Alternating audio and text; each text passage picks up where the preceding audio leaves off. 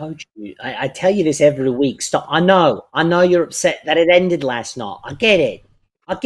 You know what? We're ending tonight too. So, all right, Lord Humongous, Captain Barbosa. You know the whole thing's gonna end after today. All right, it's okay. No, go with your binky, Blake. It's okay, Slitty. Get it. You'll be fine. You'll be fine. Hello, ladies and gentlemen, and welcome to Voyage of the Siren Song. I was just making sure that Trash Daddy was feeling all right. He's a little bummed that his show ended last night, which I totally understand, and that just means that our argument of who's better, Lord Humongous or Captain Barbosa, is coming to an end for now. For now, I said for now. Stop it! No! No fire inside the studio. No, radio kill me. Stop it. Put it out. Good boy. All right, we're back. I am your captain, your story weaver, your man with the plan that doesn't always go as planned because the planning of plans and the people playing in the plans don't always allow the plan to go the way that it should. And I'm talking about these giant goofballs here. Hello, my goofballs. How are you all doing this evening? Good. Hello. Ahoy, Good. Everybody Hello. is here. Everybody is ready. Guys, it's our season 2 finale. Yay! That's right. We did it. We have currently put Bennett in the hold for now. He's been a bad boy. For all those bad perception rolls. Yeah, for all those very bad perception rolls. That's absolutely right. Yeah. Instead of putting the dice in jail, we put him in jail. Yeah, yes. Because it's definitely not the dice's fault. It's him. I made all of those clear ears for him to help with his perception. He never took a single one. Well, we've still got one more shot at it when he gets here. Once he gets out of the hold and we let him out. We'll let him out in a little bit. He's not gonna remember. No, probably not. And they take 2 hours to take effect. So All right. Let's jump into some fun, shall we, Captain? I'm gonna throw it over to you. Let's for our final finale introductions and stuff, Captain. You know the drill. Take it away. Tell them things about you and whatever you want, and then I shall have a question for you. Sure. Hey everybody, my name is Philip Rossi, and I'm playing Captain Scheiss Heisenberg, the captain of the Siren Song. Ask your questions, Adam. I'm not afraid. Oh, good. Well, now, Captain, you all have just found treasure. You basically found a bag of holding in this giant captain's locker, and then another treasure chest, too, with a very spooky head of a fish god on it. That's right. Lots of money, lots of stuff. What's next, Captain? Like, what's the plan? Like, what are you thinking in your head? What is Captain's plan? There's all sorts of other stuff you haven't found yet either. There's that giant throne down in the depths. There's a giant hole that Lockhart's ghosty figurine is trying to dig out. There's a queen to save. A queen. You could be a king. Interesting. Yeah, I think the plan is to deal with this mess up on the Siren Song, drop off the treasure, go back, collect whatever the unseen servant is digging out, rescue the queen, and then hightail it out of here. And then, I don't know, probably sell a map with the location to this throne so we don't have to deal with it. Sell a map. All right. I like that. I think that's it. That sounds good. That sounds like a good captain-y plan. All right, yeah. Captain. Excellent. But, best laid plans of mice and men, all that jazz. And your guys' plans always go over very well, too, so there's no need to worry. Every single time. It's going to be fine. We've never had totally it fine, Captain. go wrong. Yeah. All right. Who's next, Captain? You throw it around. You're the captain right now. I will throw it. I'm going to throw it to one of the people I've known in Los Angeles the longest, Miss Diana Restrepo. Aww. Rossi's my buddy. He's like my brother. Hi, friends. I'm Diana Restrepo. I'm playing Azara, the first mate. She is a scald elf. Yeah, also known as the Butcher. And she's got a blue and gold macaw that's totally plucked, named Pluck, who says obscene things. But right now he's on the ship waiting for us to go back, unless we're back already. I don't remember. Yeah. Well, got a cool trident that can turn people into coral. Yeah, that's it. And what else? And I have a elephant figurine that I still yet need to use once we're assuming on land to be safe. But yeah, that's from Daniel Lands. Thank you, Daniel Lands. And yeah, so what question would you like, Adam? Same thing. What does Azar think is next? I mean, obviously, like Captain would say, probably deal with what's in front of you. But what's after finding all this treasure and everything? What is Azara thinking is next? Does she want to go back and see her wife? Does she want to continue adventuring? What is going through? What's Azara want to do next? I think we should try and sell some of this stuff. I know we don't need all of it. Maybe do some repairs on the ship. Good. Ship has taken some damage. I guess I could go visit the wife and see how she's doing. Maybe just give her a little gift. But yeah, I would say definitely sell some of this stuff because there's just a lot of stuff right now, and then repair the ship, or if any of us need repairing. Okay. All right. You know the drill. Toss it to somebody else. Yeah, next up always. I'll take it.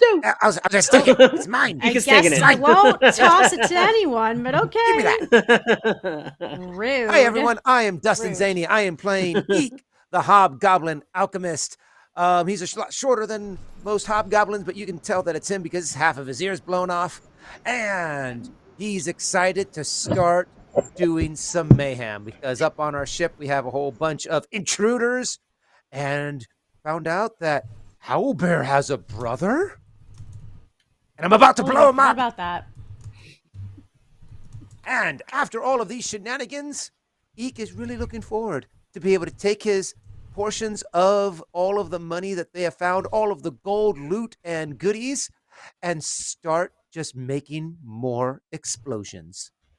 That's what Eek wants to do. Either he's going to be souping up this ship and just making it so anyone who dares come across the Siren song will not regret it because they won't be alive. And then pass it down to my red-horned friend all the way in the corner, Mr. James Chu. Thank you. Hi, my name is James Chu. I play Lockhart. Lockhart, the Redskin Raven. There we go. Hello. What was your question, Adam? What's next for for playing? Yeah. I just said that. You just said one thing. He said I'm James Chu Lockhart the playing Redskin Raven. He said I'm James you? Chu playing Lockhart. He's a teen heartthrob. You're a magus. I am a magus. I'm a Kensai magus blade-bound with a magical sword named Heartwall. You haven't talked to him in days. No, because I'm mad at him for not understanding. we have a connection, and yet he can't seem to grasp that the person I lost, I now have to see every single day, and I never get to be upset about it. How is that? How is this? But I digress. You should talk it out for sure. But what's next for Lockhart? Once I punch Owlbear's brother in the face. Yeah. So what's next, Lockhart? I mean, where is Lockhart wanting to go? I mean, finding this treasure, figuring out some of this other stuff around these Sawagan caves and everything. Where are you wanting to travel to? Probably not back to see Azara's wife. I get it. I'm pretty sure. No, but there is this island before we got to Azara's wife that has something that belongs to me. That has had for months. Because we were run off of that island before I could grab my mithril crop top. Nice shiny shirt. That's right, Lucas. I'm gonna need you to add that. We'll talk about that, Lucas, if you're in here just yet. I need to get Lockhart. Crop top. Don't worry, guys. I'm not upset about it. I'm not upset. Oh, well, good. Yes. Stop talking about it. Wow. Zara's Oh, really sass. aggressive today. No, you're the one. She's got her with the sass. sashy sash. I do have my sassy. Sassy. But yes, I would like to grab that, and then I would like to go on adventure to grab information on who or where Lavidia could be. Gotcha. Who did this to her, or where like they ran off to if they really got away. And with that, I will pass it to the person I just met today in person, Wendy. Yeah! Meeting for the first time today after playing online for a year and a half. It was the best time ever. He's so tall. That's what I was thinking when I met him. Yes, he is. Me too. Well, you're just really short. I was like, Yeah. oh. Thanks, Brent. Those are facts. Also facts. Yeah. Hi, everyone. I'm Wendy Lee Zaney. I play Aradia, the human witch.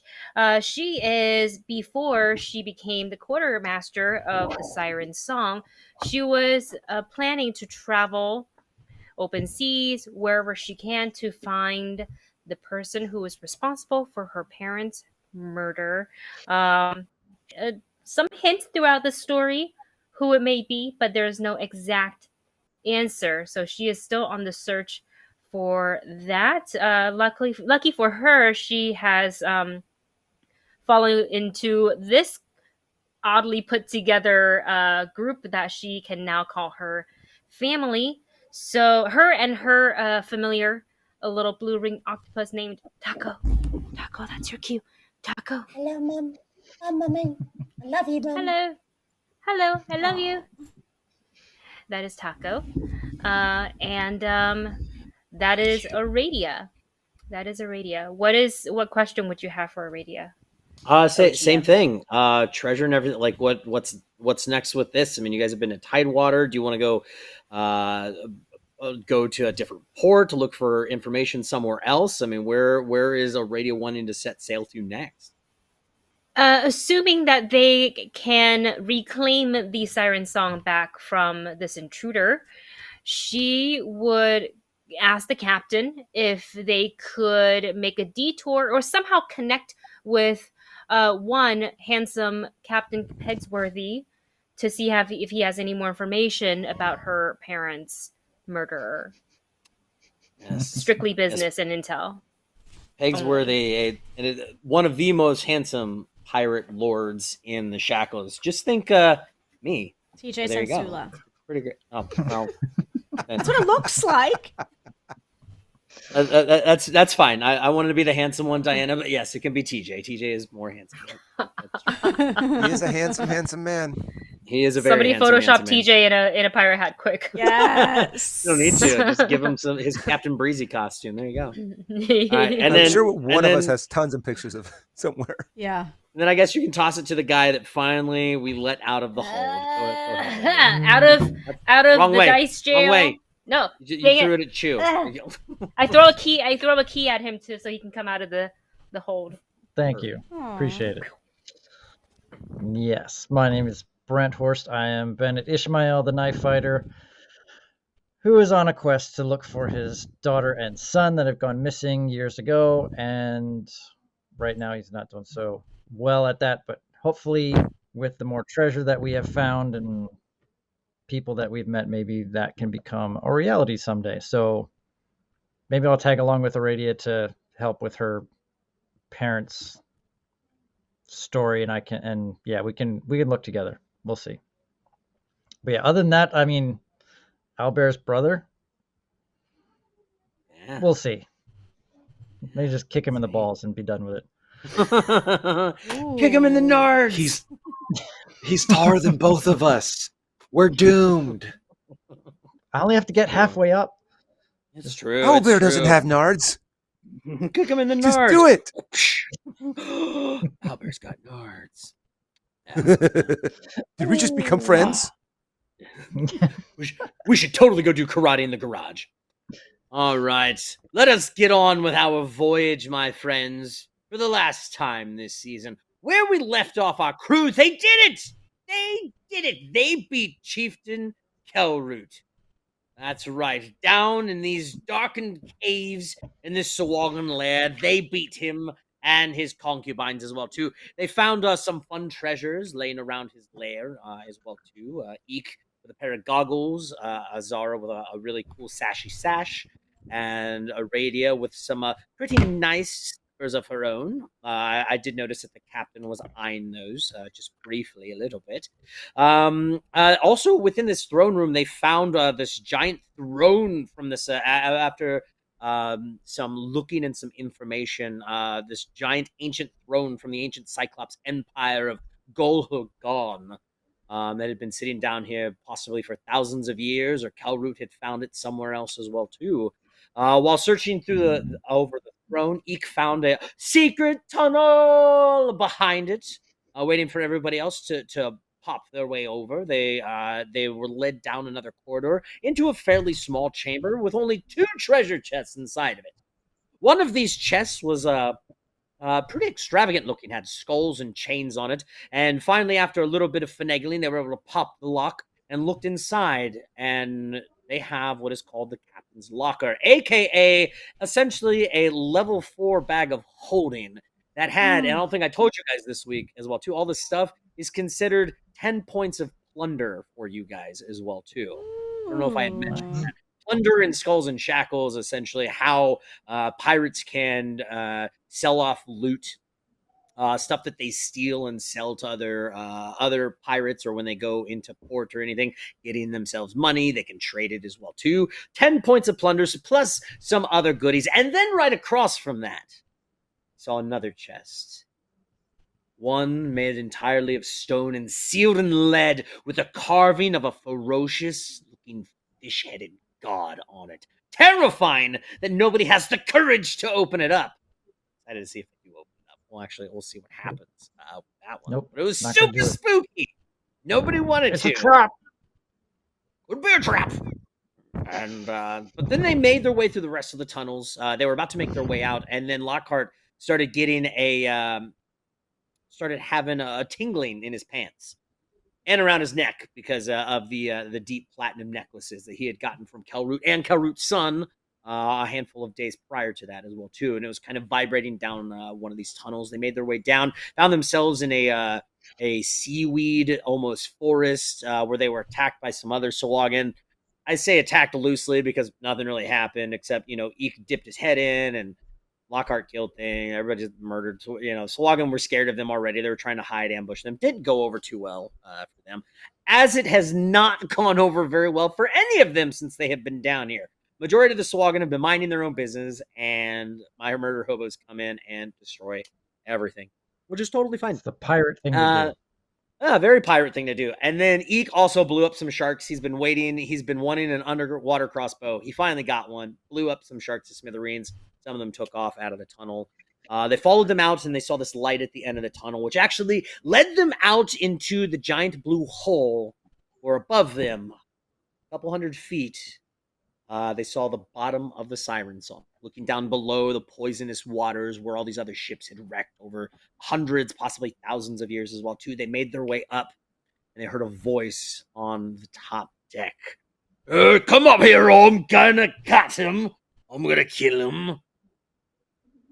Shouts overboard. I think it was Aradia and Eek flew up and out. Lockhart made his way up to the top, making himself even bigger. So going from 6 feet something to 12 feet something else, or 13 feet large. Azara comes up. The captain makes his way up there, and they see this giant, massive man. Huge, bulking biceps, like almost his bicep, like bigger than Lockhart's chest. Huge. He has these iron gauntlets on his hand, and they're hooked. And he's got this massive, nasty scar over his right eye, completely whited out. And it goes all the way down to his jaw, and it actually looks like his jaw has like a piece of metal almost attached to it. Like maybe he was missing part of his underlining jaw. And on the top of his head, if you think of how like a turnip almost looks with like some sprouts of hair, that's what his looks like, but it's like pink, super pink hair. And this guy, outside of the pink hair, is very scary looking. He is bigger than both Bennett and Lockhart. Lockhart, not quite so much in this situation right now. But you guys notice that half the crew is tied around the mast, and he's holding. He's got. I was about to say Lucy. Lucy was last night. Hell, what's the halfling lady's name? What? Yeah, Eek's girlfriend. Rosie. Thank you, Rosie Cuswell. Has his arm on her shoulder and has a knife to her throat. And as you all come up, he threatens, "I'm gonna cut her throat if you all don't surrender." And from behind all of you, you just hear, "Brother!" And you hear, you all turn and look as you just see Owlbear like, "I miss you!" and just like belly flops. And it's one of those things like Rosie's a halfling. This gentleman is like maybe 7'2". And you like we kind of cut into the front. As we see from everybody's point of view, we see very tall guy, very tiny girl, almost like James Chu and Wendy Lee today. And then you just see him disappear out of the picture, boom, by getting tackled by Owlbear. What are the rest of you guys do? The other like 5 pirates that are on board with him, they all just kind of stand there, look over, try to be like menacing, but then like the big dude just got like tackled by another big dude. They're all kind of standing there looking at you guys, like putting their swords. Do we put it? No, raise it up. They're all like very confused now as well too. What are you guys doing? I'm gonna start a visual for Rosie because there's no way she survived that. Oh my god! Sure Rosie's okay. Wow. No, she's fine. She was still standing. You just see the big guy disappear out of the picture. Oh, so she wasn't in between him and the big brother. No, like he didn't... no.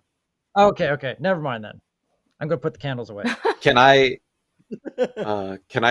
walk up and put one of the dudes in a chokehold? Like one of his dudes? Oh yeah, for sure. You go to do that. He's like, "What are you doing? What are you doing?" Okay, okay, all right. And he just drops his sword. He's like, "I know, okay, we'll do nothing. Do nothing." And then while keeping that, I'll look back at the captain. What are we doing? I'm just kind of looking back and forth at everybody, a little confused and a lot of confused. Because it looked really threatening and then it just suddenly got a little comedic. So I'm not entirely sure what's going on. Let's remove the visitors' weapons. They will not need them to stay. And almost at the same time, they all just go, "Yep, good," and they just drop like all their swords and everything, put their hands up. Like one guy's like on his tippy toes. He's like, "Yep, I surrender. I'm okay." He's all the way up on his tippy toes. And then there is like one guy kind of begrudgingly just kind of throws it to the side. Like, "Oh, whatever, just fucking take it. It's fine. It's fine. All right." Don't disrespect the captain. I didn't know he was your captain at all. Well, he's the first one to speak. Oh, well, technically, he was the first one to speak. He was the next one to speak as well, too. Now he's the third one to speak, and now you're the fourth one. I put my cutlass to his throat. Ooh, you're a feisty one. I like it. And I put my sword down. Right. Can I put him in a chokehold with the other arm? He just got like the two of them. Yeah, sure. He's like, "Oh fuck! Don't mess up my hat! Damn you bastard!" Don't you ever talk to her like that? And he's gonna like wrench a little bit. I take his hat. I want to take his hat and put it on my hat. Lovely. And I smile and I back up. Be nice to that. My daughter gave me that hat. Oh, well then be nice to the captain and the rest of us. Now that I know he's the captain, I'll be nicer. Will you let go just a little bit? You're closing off my airway. Eek, Radio, what are you guys doing? I believe we flew. Oh yeah, the two. Yeah, that's right. I believe we flew. Yeah. So Eek's gonna fly up, and he's just gonna fly out of the water, and then he's just going to sit on top of the crow's nest with his crossbow with a bomb attached to it, just ready to shoot. He's very much like, "Aw, I wanted to blow people up." You actually get up there and kind of sitting down. You see Short and he goes, "Are they gone yet? What are they doing down there?" Now, here, I'm going to hand him a crossbow, my old crossbow. Get ready to shoot people. Oh, all right. That's right. I've been hiding up here the whole time, you limey bastards. Don't you dare move. Yeah, what he said. I've got a bomb attached to this one, and I want to blow someone up, so give me an excuse. Yeah, give him an excuse. Make sure you do it. I don't have a bomb, but I can make it sound like it's big and powerful. Poof! Yeah, huh? Too much? He kind of looks over at you. No, looks good. Looks good. Okay, work with it. Radio, what you doing? As she flies up, she's got those tentacle wings, sort of a thing. She's gonna try to look intimidating by making them do all these weird things. She's gonna use her prehensile hair and make them look like tentacles, like Medusa, and like this. And she's gonna pose like she's about to cast something, but she's not going to. She's just gonna try to look threatening. Can I roll perception to see how the large pink hair guy, who is Owlbear's brother, how he reacted to Owlbear's tackling him? Yeah, sure. You're looking down. You really don't even. You don't need a perception because you're kind of right above them. Okay. You actually see he actually kind of has a smirk on his face. He's not pissed off, but he's just kind of you're ruining my image. Get off of me. He doesn't look like he's fighting it too much, but then you do see that he's got his arms wrapped around Owlbear. And it looks like that they start rolling and wrestling around the top. Everybody's just kind of standing there watching this happen. These two big dudes are just and they're running into everything. Captain, there's a lot of mayhem going on your ship right now. Yep. Azara, Mr. Ishmael, would you please straighten out whatever this tussle is? And if the pink-haired one looks violent, kill him. What? What? And it immediately stops, and Albert goes, "What? Well, you can kill him, Captain. No."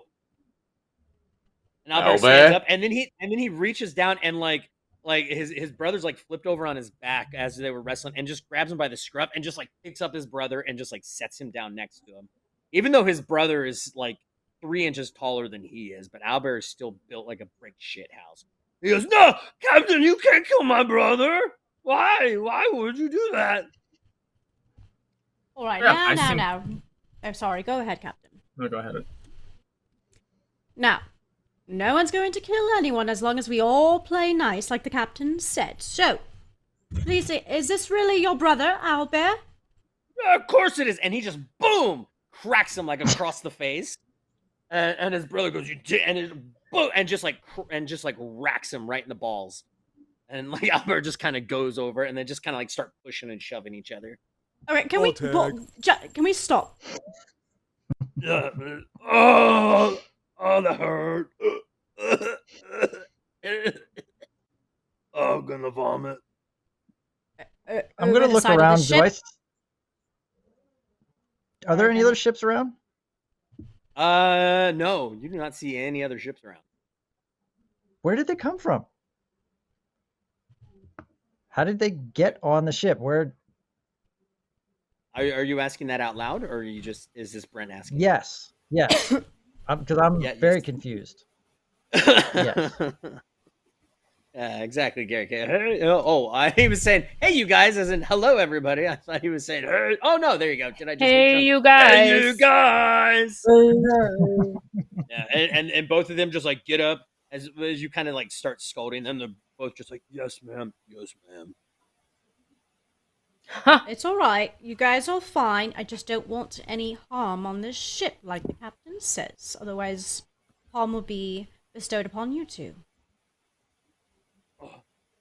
Now, Bennett has a good point. Bennett? Huh? Go ahead. Where did you guys come from? Were you on this island? Did you swim from someplace else? Well, no. We actually had a ship and we got here a couple days ago, but the Sawalkin actually ruined it, which is really unfortunate. You might have heard of the ship, the Killcrest. Everybody, roll me a knowledge check. Knowledge local. I don't have knowledge local. Nope. Natural Ooh. 20. Don't worry, guys. I got Hey, it. I got it. rolled a Natural natural 20. 22, even though I'm not Really? even though I'm not trained in knowledge local. What? Yay. We actually Do see it, there's Dan. 32. 11. 32. 20. Yeah. 25. Yeah, Okay, all of you guys that's looking at local. this, as soon as he says that, you remember that name. It was only told you briefly, but that name, that ship, is the one that attacked Tidewater Rock. Oh snap! What? That was what's her name? Yeah, this is crew? Inkskin's first mate. Oh, Wait. snap. So we got here because our captain He kind of like looks up for a second. He's like, disappeared, and we wanted to come get the treasure that she knew about. And we got here, and we got attacked by Sawagan, and so we got on our longboats, and there were a couple other islands, and we disappeared over there to the other islands to hide out for a while. And I saw this ship and thought we would take it, but it was only yeah. So how long have you been part of her crew? and Albert kind of looks up. Yeah, how long you been part of her crew? It was maybe about a year and a half. But Why? a year and a half, that was the last time we had supper at Mom and Dad's house. I know, I wanted to go off on my own, and then I was hired because she needed someone strong and muscular, so I took the job. I know Well, that you feeling. didn't make the Wait a right second, were you the first choices. mate? What do you mean I didn't make the right choices? She was a hell of a fighter woman. She might have been a And bit crazy, but she- still. Mhm. Exactly. Was? Yeah. I'm assuming she probably did. You're all them, right? Yeah, you're the Yes. group from Tidewater Rock, right? Exactly. Yeah. So Did you? I believe all of you owe us a huge apology. Oh, Yeah. I never Or did. I look at the anything- captain. Or we can just kill him right now. Up to you. Well, it's certainly an interesting proposition, Azara. Mr. Donald Lee, can you report why we have returned to the ship and there's these marauders walking about the deck, holding Miss Costello at knife point? you notice that, like, remember the brothers and like Kat and like some of the rest are like tied around the post. You actually see him just kind of like reach out. It doesn't even look like he's tied up really well. He just kind of reaches down, pulls out like his little specs, puts them on his nose. He goes, yes, Captain. We were actually all here just making sure, maintaining deck and everything. And yeah, they actually came overboard. They were actually not very mean to all of us. They just asked all of us to sit down, and there was only a small group of them. They just kind of caught us by surprise, tied us up, and he kind of looks up at the big guy and he puts like his hands like back in the rope, like, oh yeah, they tied us up really good, and yeah, we were sitting here waiting for you to arrive, and here you are. Yes, well, disappointing that you were surprised in broad daylight, Mr. Donnelly. You'll have to speak of that later. Miss Cusfeld, do you have anything to say about being held at knife point by this large brigand over here?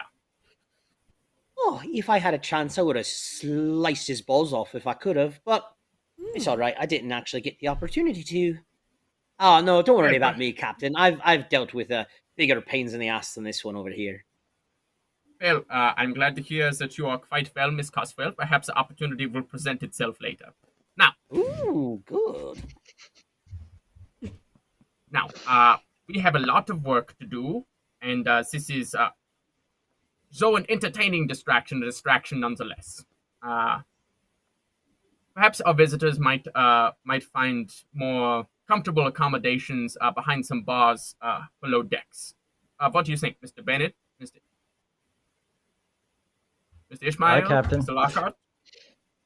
He just still has the two guys in a headlock who are probably way passed out now. Yeah, they're like shaking. the one guy that was like really asleep. He's actually just kind of like he's like drooling on your arm now. He's just like, and then the other guy's face is like purple. Perhaps a little less tight on that one, Mr. Raven. Oh, yeah, sorry.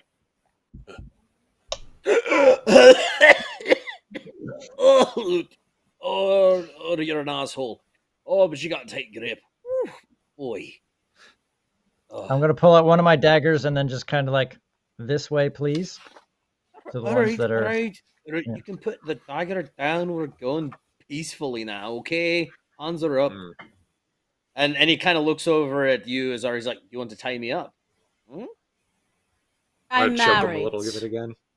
Oh, that's all right. You can still tie me up. That's fine. We're pirates out on the sea. Go below deck. Oh, I'll meet you down there. And he just winks and he starts like walking off. And so as Bennett's leading the rest, the big tall guy comes up to you, like kind of walks over you, Captain, and like the rest of the crew, like just kind of like, oh, I mean, this dude is big, and he just looks down and goes, oh, Captain, I want to apologize. Inkskin wasn't the nicest captain to most of us, and I'll have to say that I did my fair share of, probably killing. I mean, we're all pirates out here, right? But I want to make sure that the crew that I do have downstairs, I'll do everything I can to protect them. They might seem like a bunch of goofballs, but they mean well. They're hard workers. And if any punishment does happen, I'd rather have it. I know my brother doesn't want anything to happen to me, but if you do think of a punishment, I'd rather have it be me than any of them. Well, that is a very noble sentiment of you, Mr. Oh, the name is Knuckles. Knuckles Grip. Mr. Knuckles. Knuckles Grip there? Sorry.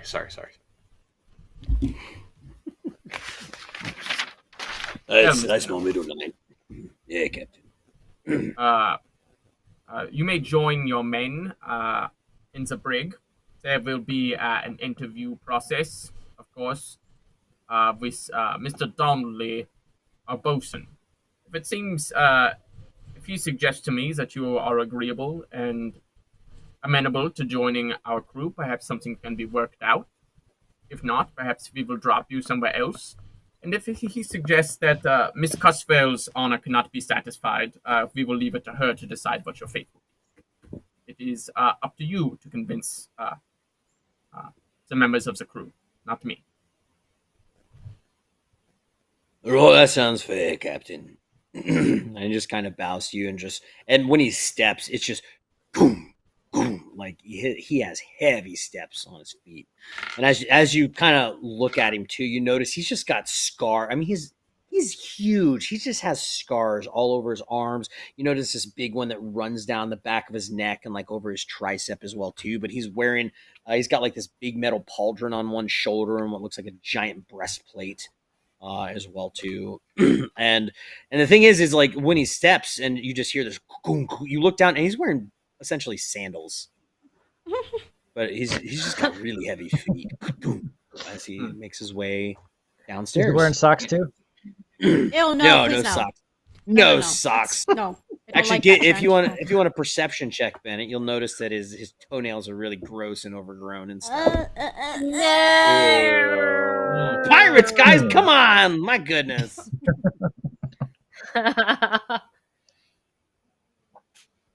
Nice. Bennett, you lead them downstairs. There is a. Do you remember there is an area that you can lock them up in if you want to. If you go like below deck, There is like the front room that you can lock them up in. I know you guys don't have. I don't think you guys actually stored a lot of stuff in that section. But there was I do believe it was didn't you guys like make a makeshift like little thing to throw everybody into? I don't remember. I can't remember. so. I think We had a there was a section of the place hole. that we were trying to trap somebody in at one point. I think. I but- believe we actually had one built. Are you talking about the anus puncher? No, that's Mhm. that's Isn't the. that- No, but we could put them there. Oh, you put them down there? Yeah.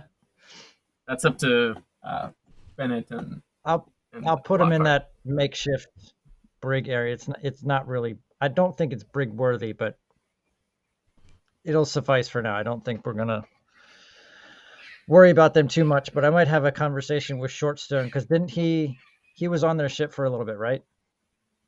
For like yes. a day. Shortstone So maybe we had can ask disappeared him- to go try to track. Yeah, maybe we can ask him just like what his. I can't remember what he said about that ship whenever he got back, but like maybe we can like see what he thinks of the people that are here anyway. Yeah, sure. I mean, really, the only information he really gave you guys was that their ship had gotten attacked by the Sawagan and everything, and they were able to escape on one of the lifeboats. Okay. Yeah, we'll talk to him. All right. Why did I think that the ship that attacked Tidewater Rock was the Thresher, and not the Kill? That's what the note I have as well. What did I say? What Did I say the this Kill one's Crest? called? Something Kill crest. Yeah, you said something like that. Oh no, my bad. It is Thresher. it is the It's the Thresher. Thresher. Okay. Yeah, it is the Thresher. Okay. Retcon. Oh yeah, it was yeah, the ship. The Thresher. Fast forward. All right. Yeah. All right. Okay. Your name is no longer yes. Adam. It is Rhett. Oh yeah, Yeah. I have Thresher too. Oh Yeah, first mate Knuckles Grip.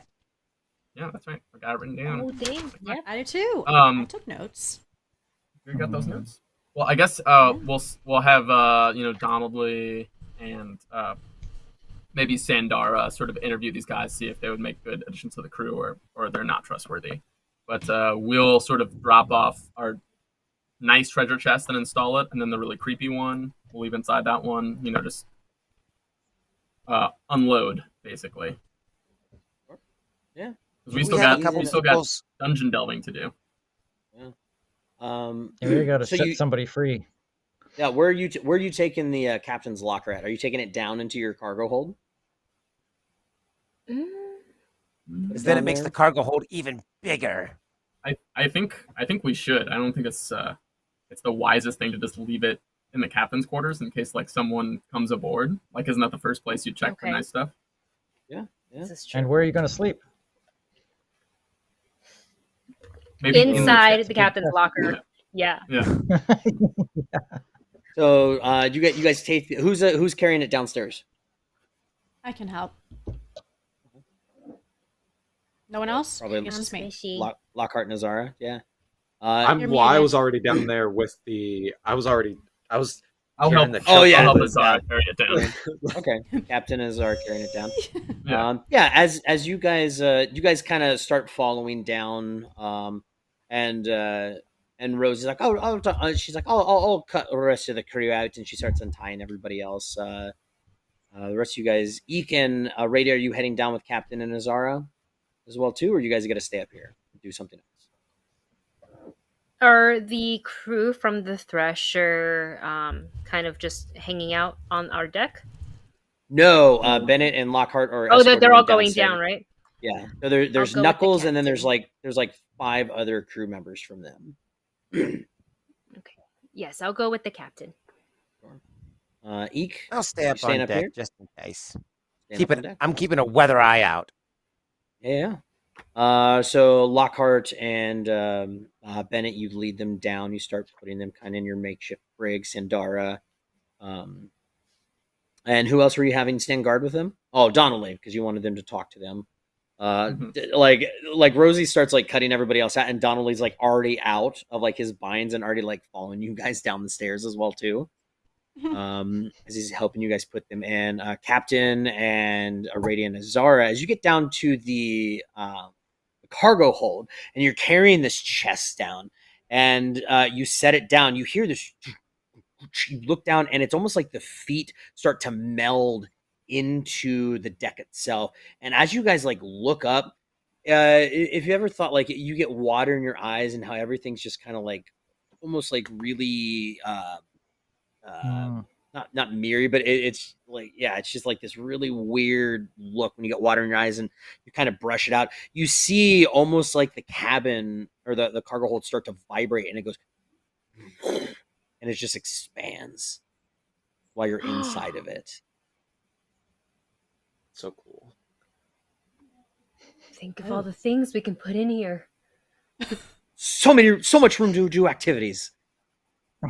So many shoes. So is We it could still play like tag. the chest is, What's that, Captain? so is it still like the chest is sitting there, or like the chest melds in and now the cargo hold's just bigger? No, the chest is still sitting there. It does meld into the floor a little bit, like the feet itself meld into the floor, but it expands your cargo hold, and your cargo hold just expands. Whoa. Bigger on the inside.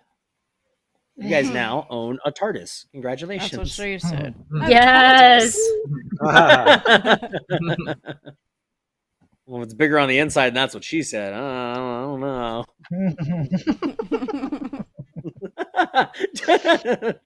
Don't spit out your drink, That Dustin. face. Why would she say it's bigger on the inside? I don't think we're one of those. It's bigger on the inside. I'd be really nervous if a woman ever said that to me. I don't know. Maybe she's a realtor. No, but So in all seriousness, Excuse me. No. What were you saying? All seriousness? Radia, if we could find a way to grab that throne, that would be good, pretty penny, don't you think? And put it in here. It could be decor, or we could sell it for money. Or when we dock, we can charge people the price of admission to come in and sit down, take pictures, and sit down. It costs extra coin to sit on the throne. Yes, a base rate for just look and see with your eyes. This is a good side Captain, job. what do you think? We can turn it into a business. It does sound interesting. I have no idea how we would even get this throne out of the room it's in. But I am certainly open to suggestions. This is true. James Chu or Lockhart? Was that a question from James Chu or from Lockhart? No, I was just going to ask how are we going to get it out of there. But luckily, Captain is the captain. Yeah, good. Hey, if you had an idea, I would love to take it. But can this ship carry tens of thousands of pounds? Can a spell carry? Can a spell the next day do that? Okay, you got it. Let's start looking. I guess after we install it, I'll go back to the top side and wait for the rest of the senior officers to reassemble because we have more stuff to do. Oh, cool. And as you guys are all kind of wandering around as well too, Azara, you actually look down at your feet and you see something shiny. It looked like a platinum piece that says "From Daniel Lands," and then a radiant eek. Like you guys kind of like feel in your pockets, and you each have a golden coin from Daniel Lands. Daniel Lands, thank you so much. Thank you, Daniel. Can you remind me what the Thank you very much. Platinum does? Platinum piece is essentially a reroll. Yes, thank you. Thank And you, a gold piece is Daniel. +1, right? +1, or you can throw a -1 on me. I don't know why you would throw a -1 on me. I've been rolling like shit anyway. Throw it on yourself. That'd be great. And then Bennett, you actually see there's a piece of paper in your pocket. It says Nessie of the Lake called Ness has resubscribed for 19 months in a row, 24 total, and it says hello. Well, that's cool. Such Lockhart, a weird note for you to have. I know. And then Lockhart, you stub your toe, and you kind of like look down. You got like a little splinter in your toe, and on the splinter, it's like burned into it. It says, "Love Daniel Lands, R Ruby Love." And then a captain, this little bug starts flying in your face, and it lands on your face, and it expands into like a bird. And she goes, "Tweet, tweet, tweet, tweet, tweet, tweet. Hip Hog TV has followed," and then flies away. That's amazing. Very strange. That's a lot of weird stuff that just happened. Thank you guys so much. Thank you, Fred. Thank you. Thank you. So it doesn't take a long time for you guys. So you guys are like thinking about what you can do with this expanded space. You guys are easily able to get these 6 crew members shoved. They're all kind of, the space isn't huge, like for all of them, especially with Knuckles in there. So it's almost like he's in there, and then everybody else is kind of like up at the bars like this. And it's like, do we have to stand here for long because my face is like getting really squished by him. And there's just like body parts, and everybody's just kind of like squished up on each other. That is not up to me. I'm gonna walk away. Eek, as you're sitting up top, you were just kind of like on the lookout, right? That's what you wanted to do. Yeah. You don't see any. Actually, give me because you still have your goggles down, don't you, Eek? Oh yeah, my sniper goggles. Give me a perception check for me, really quick. Perception. Boom. Funny thing is, I don't think Eek knows the underwater crossbow doesn't work outside of water. That is, well, it was a Sawagan crossbow. It still will. Just underwater. That Still is doesn't shoot out of water. 16. 16. Yeah, even with that, like you can as you're like sitting there, you kind of look out like towards the open ocean, and you see what looks like 6 shark fins. 2 of them on 2 Sawagans riding them like away from the island. As you just kind of see them bop a couple times, and then are they within ballista range? If you want to hop down and try it, by the time you get down there and try to shoot at him, you probably miss them. But they're nuts. Yeah. I wanted to give him a farewell boom boom. Oh wow. That doesn't sound right, but all right. You know, as you're leaving, I blow you up. That's so not what what's you meant. next? You know it. Everybody's in the thing. You guys have your expanded cargo hold, and only a few hours have passed as well too. You guys, it was early morning when you guys saw the glint up in the skull when you all climbed up there, and the car freaked out, thought everybody was dead, had her panic attack, met you guys, you hopped in the hole, started swimming through the waters and everything. It's only been a few hours, so it's about midday right now, not even midday. We need to go to bed. We need to get back down into underwater before reinforcements come from the Hawagan. Oh, all right.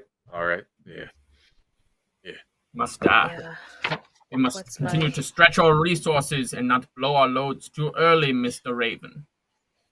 I have no. We went against the king. What do you want from me? Always save a little bit. You never know when you need it. I mean, I have no load left, Captain. Well, you need to find some let's load. go We down have and to get go some back more. down there and take care of business.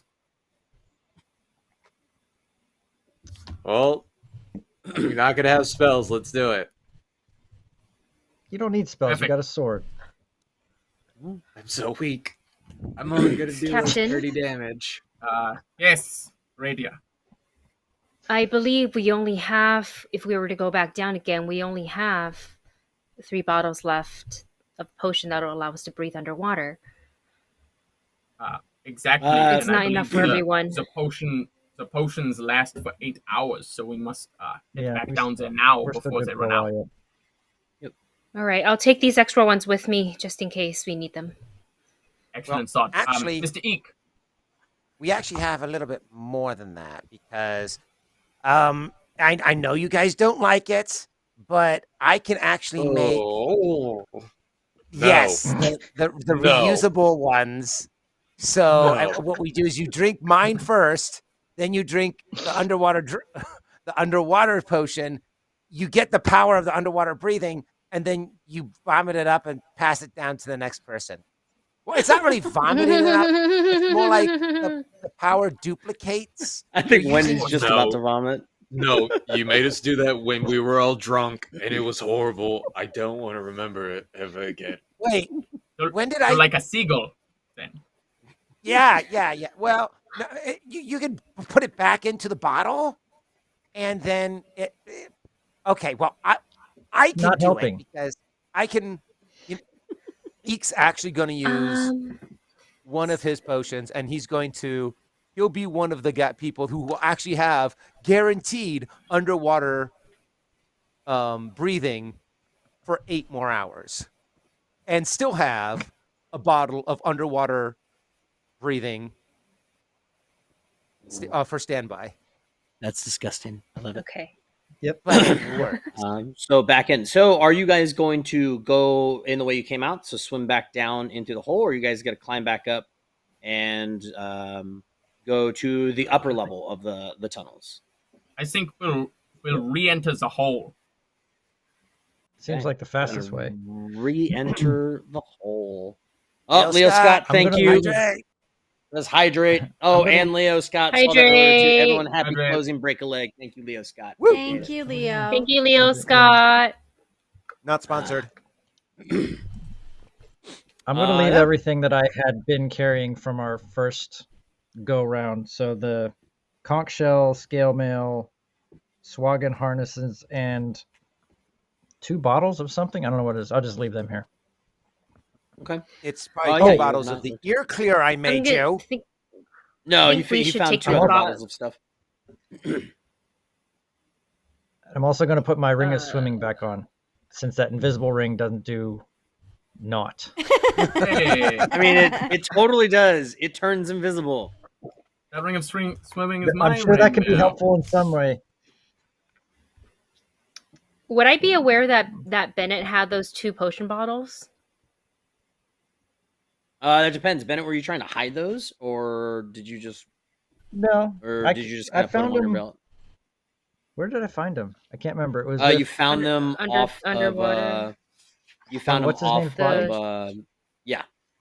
Kelroot? Mm-hmm. Okay.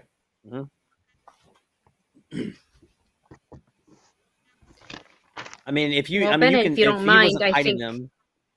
I was gonna say I you think can. I You can would just look at them suggest and try to see. that we. Oh yeah, can I make an Arcana check to see what they are? Yeah, I was like, I don't even know what they are. Okay, Arcana. Hold on, let me go to my thing. Wait. Uh-huh. Are you trying to figure out what certain potions do? Oh, I wrote a nat 20. Yeah, Fine, as okay, Eek I says don't- that, as Eek says that, like you're looking at it, Aradia, and it looks fairly familiar to you, but it's got a little bit more of a tinge to it. Normally, this type of liquid that you see is a cure wounds, but these ones have a little, almost look like champagne colored, so they're a little bit sparklier. These are 2 potions of cure moderate wounds. Nice. Ooh, we are taking those with us as I stuff them into my satchel. Okay. I'm like emptying my pockets and like putting stuff on there, and then you just like swipe those things. Okay. Aradia, are you going to take the head with you as well too, that you still have in that jar? Ooh. I'm going to walk the jar of head over to the captain. Captain, this, I know it's a little unsettling. Should we leave this on the ship, or do you think we need to take this with us? Do you think it... Oh, that is very valuable. That's a very nice head. That's worth a pretty penny when we get back to port. So we'll leave it here on the ship then? Oh, yes, of course. We can't be taking it back down there. We should All right, probably put it and I'll- inside the treasure chest. Yeah, I'll the walk locker. it back to the cargo hold, and I'll put it inside. And maybe You I'll just wrap gotta- it. If we have Drop the it. scarf, I will. No. I'm gonna wrap it so I don't have to look at it anymore. It's weird. So I'll find a Thank piece you. of fabric and tie it. Okay, so you climb down into the hole. Are you pulling a scarf from all the plunder and everything that's inside here? No, like if they're in the regular cargo hold. Gotcha. Okay. That we I have? gotcha. Yeah, just to crud, like it doesn't matter. It doesn't have to be fancy. No, that's fine. Cool. And you And I'll climb that place down, it. and you place it. Give me a perception check, really quick. Aradia. No, don't tell me blanks. Or something. Okay.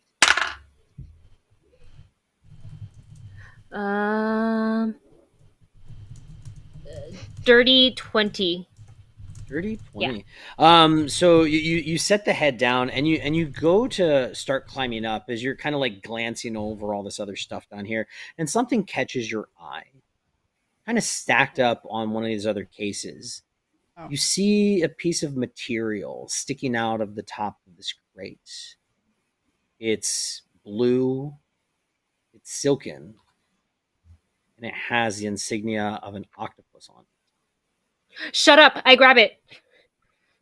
You grab it, and you look at it, and it is the insignia of your parents' ship. I pull out the one off of my belt, and I compare them. The one, obviously, that's on your belt, you've been wearing it for a long time, and it's very faded and everything. This one looks crisp and pristine.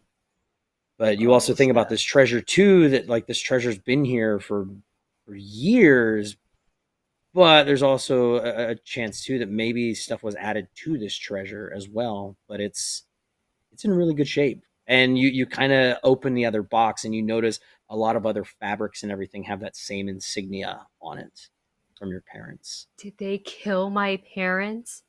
Oh, we should have questioned the Sahuagin king. Oh, God damn it. With a little bit of tears in her eyes, she's going to put both, she's going to wrap the older one around her wrist. And then she'll replace the newer one into her belt. And she's going to make a mental note to talk to the captain and Azara about this later. Sure.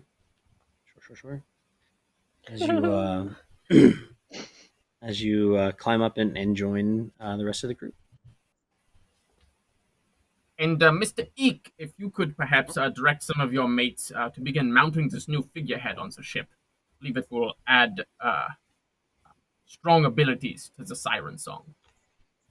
Excellent. Okay. I would find someone who is Donnelly. I want you to be able yes, Mr. Eek. We need to put this new figurehead on top of the ship. I want you to supervise, and I want you to pick someone strong, responsible, and anyone else beside Mikhail. I'm strong and responsible. Yeah, you can be the brains, Donnelly, and Owlbear can be the brawn.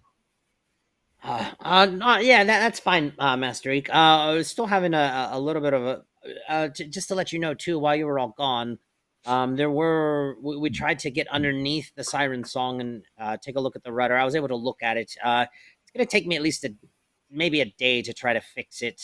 If you do come across any spare pieces, looks like some of it was broken off.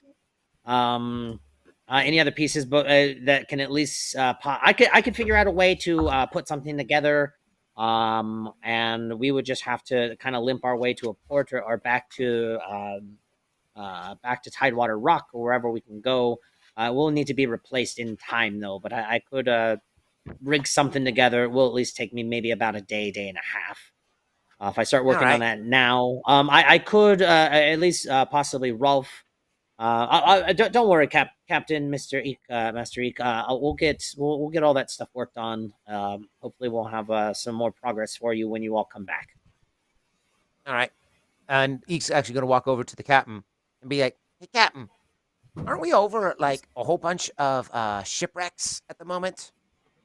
Indeed, we are, but I believe they are so far down there in this poisonous water. I don't know what it means exactly, but I just know that it is somewhat lethal. Well, if it is poison related, I've kind of poisoned myself a lot throughout my entire career as like an alchemist and making things. So it probably has the least amount of effect on me. If I had a long enough rope, I could go down there, see if I can find like a rudder that's been broken off or like some scrap wood and then haul it up. We might be able to get some pieces if we need it. Okay, let's call that a solid plan C. All right, sounds good. Like the horse C. Or the vitamin C. Both of those. Leandro walks. The inadequacy. What? Who are the weapon? We're naming C's. It's okay. It's okay, Mikhail. Oh, that's the fourth letter of the alphabet. Yeah, see? Exactly.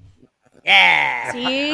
I'm the smart one. I should be in charge. Rather in charge. That's ridiculous. The lunacy. Okay, the captain, let's go. Oh my god. Oh my god. Yes. Now, as you guys do know, probably just hop right back over side of the ship, and down you go into the big blue hole. As the Siren song, we kind of take a look, kind of follow you guys down. We're looking back up at you, and we see just the sun through the water. We see the bottom of the Siren song, as we see 6 shapes jump into the water and start swimming back downward. Real quick, before we leave, yes. Can I just recommend getting a couple people with crossbows pointed at the cages, just in case the guys in the cages decide to get out in the brig, just to, so we don't come back up and go, oh, wow, we're back in the same place that we were before. Rolf looks at you, and he goes, I can't shoot anybody anymore because he's got like a knife like attached into like his severed hand. Now he's like, but I'll definitely stab the shit out of him if I have to. All right, stabby, shooty, boomy, whatever you want. Just keep a really good eye on them. Always stay away from them. Don't go near the cage. If they try to get out, shoot them. Hey, don't worry. We'll take care of him, Mystique. You all go down and do whatever it is you do in your treasure hunt things. Just as long as hopefully whatever you all find is enough for us to get paid as well too. Oh, I think we got enough. Good. All right, you have fun. All right, let me help you out. And he just grabs you and goes whoop, and tosses you overside. Belly flop. Cannonball!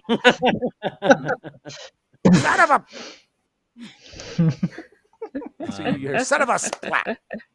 And we go back down to that angle as we see 5 figures swimming down, and we just see another figure hit the water and then just slowly start like sinking as Eek joins you guys. You guys go back to the hole. You start swimming back down. You are now in that shark corral that you were in. You go towards the opposite side of that. There is you kind of peek into that hole as well too. I'm assuming you guys probably throw up your light and everything as well. You notice that Lockhart, you notice that your unseen servant has made like some progress. It hasn't been like that long into this and everything. Maybe about half an hour at the most. But it looks like he's making some progress and everything. Probably if you guys take care of some other business and come back and look in a bit, it looks like it'll probably have it all completely dug out for you. Sweet. And as you kind of look at that, you feel that tingling around your neck and then also in your pocket as well too. Okay, I will notate that to myself. Excellent. Excellent. Yeah, I basically look to the captain, let him know that Doug has made some progress, but he needs some more time if we want to continue through. Hello. His name is Doug. Did you name him that on purpose? I can't remember. Yeah, Big Doug. Yeah, kind of. Yeah, like he was digging. Is Doug? Okay. I'm smart sometimes, Nice, okay. Brent. You did. I couldn't remember, and so I was just making sure. Because that's pretty good. I like it. Okay. I guess we will continue back through there, back to the seaweed, back through the feeding room, and all the way up towards where we believe the queen is being held. Sure. As you guys are making your way through the little seaweed jungle and everything, everybody give me a perception check. Yay, perception. They're awesome. 9. Oh. Also 9. Oh my 17. god. 9. 14. 17. Captain will go with you. As you're kind of swimming through, like you're kind of making your way, like a lot of the seaweed has been cut and everything. You notice a couple bodies kind of floating the path that you're going through. But you notice as you kind of like pass through the seaweed, there's a little opening to your right. And as you kind of peek through, you notice that there's another tunnel almost heading parallel in the direction of the tunnel that you guys were using to actually come into this room beforehand. Mm. No. Okay. I believe there might be another way to get where we wish to go. This way. Oh, If it's okay. dark down there, I will cast dancing lights, Yeah. taco lights. You And this is out of the Cash? seaweed room. This is out of the seaweed room. So this is technically a third tunnel out of it. It's the tunnel you guys Okay. entered the seaweed room from, the one you exited from originally, and then this is an offshoot Okay. tunnel from that. Yeah. You notice it's a little bit not tight. It's about the same size as some of these other tunnels. You guys can essentially go two abreast. You're swimming for maybe about 15, 20 feet. It starts to kind of curve in and out, and then you guys come to a small cavern. And what you see inside. It looks like a from the ceiling, almost like these rusty giant like trawling hooks like shoved into the stone, and you see this giant like moray eel just like ripped in pieces hanging off of it. You also see bits and pieces of what looks like the creatures that the Swagan were eating in the frenzy room as well too. It looks like a couple arms, some legs. There's a head just like stuck on, and there's like the head of this creature that looks not quite like a Sawagan, but very a little bit more humanoid with it. But its head wide open and like this just like this terrified screaming noise almost. And then there's also like three or to five like bloating corpses of like mackerel that Bennett just goes up and high fives. Do we know what the other creatures were? Did we ever find that out? If they're not Swagan, what are they? You did not, but if anybody would like to, you could give me a knowledge local check. Oh, I got this. I got this. Yeah, I will take a knowledge local or knowledge nature. 14. So. We'll do a knowledge nature check. Nope. I got. Ooh, I think I got it. 11. 19? 27. Okay. No. 27. Yeah. Captain Smart. Oops. That's right. Yes, Captain. As you're kind of like looking at it, you couldn't really tell the pieces or the creatures before because they were just ripped to shreds from the Sawagan and everything. But this one here, it like I said, it looks similar to a Sawagan, very still amphibious. But this is what is called a Lokathla. They actually are a friendly type of subspecies, like a very trustworthy seagoing race, much more humanoid than they are fish. You do know that they are actually exceptional traders and everything. Like if you ever come across their colony, they tend to be a peace loving. Think of almost like if like you've got the Swagan and Lakathla. It's like your Jedi and Sith almost, but not like super evil and like super part of good. But Swagan are a little bit they're blood frenzy and everything. When they kill something, like they go, or when they get hurt, they go into a blood frenzy, making them more powerful. Lakatha tend to be a little bit more peaceful. Think almost like if you ever saw Shape of Water or Swamp Thing, like more of that Ape sort Sapien? of look to it. Ape Sapien sort of deal with these guys. It does have like kind of a main fin on its head and a couple other protruding fins on if you would think almost like a Triceratops, like big fin here, tinier ones on the side as well too. Yeah, humanoids they tend to have like feathery fins running down their backside as well too, alongside like their underarms, like from here, like over their elbows and down like the sides of their legs and over their knees as well. But that is the head that you currently see as you're swimming through, and then you also notice like some other debris and everything as well. Like kind of just floating in like this darkened tunnel. But then you see a couple other things. Give me a perception check. everybody who's inside here. There we go. 26. 25. 27. Excellent. Yeah. Hey, 25, 26, 27.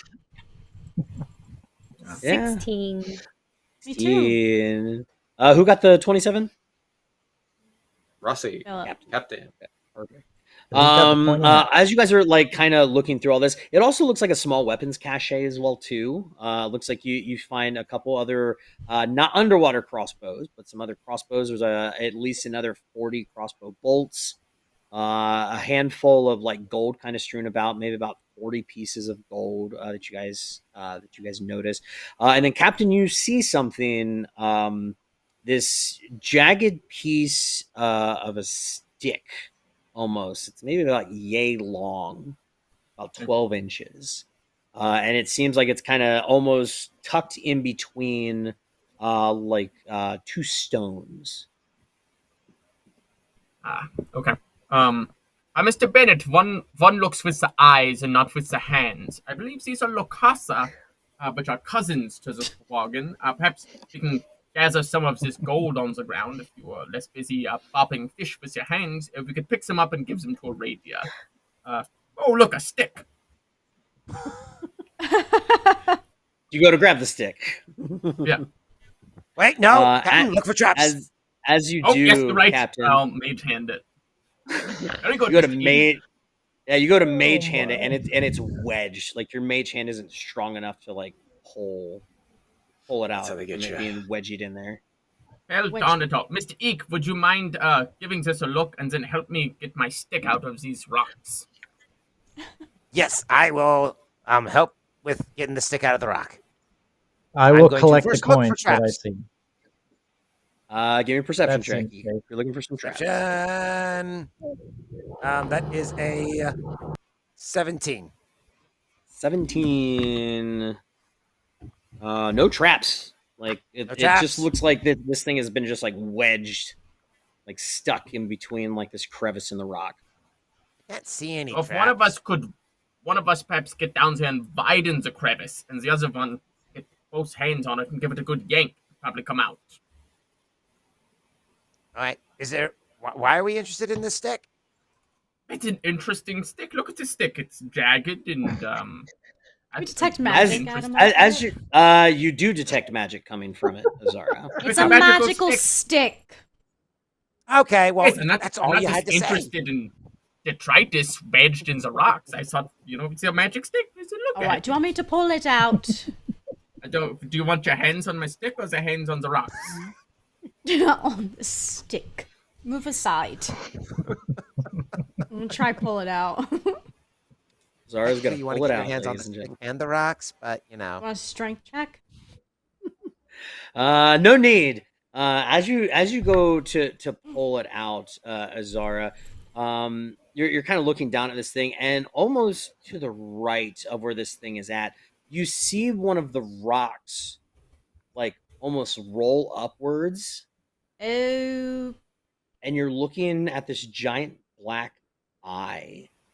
Oh no! As the stick actually gets kind of ripped out of your hand, and the rest of you guys notice the rocks kind of like start coming to life as some of them start rolling, and you see almost like this disc of like rock and stone. These legs start to kind of pop up out of the rock as well too, and then this one big actually Lockhart, yes, Lockhart, was the twig its penis? Were they pulling on its penis?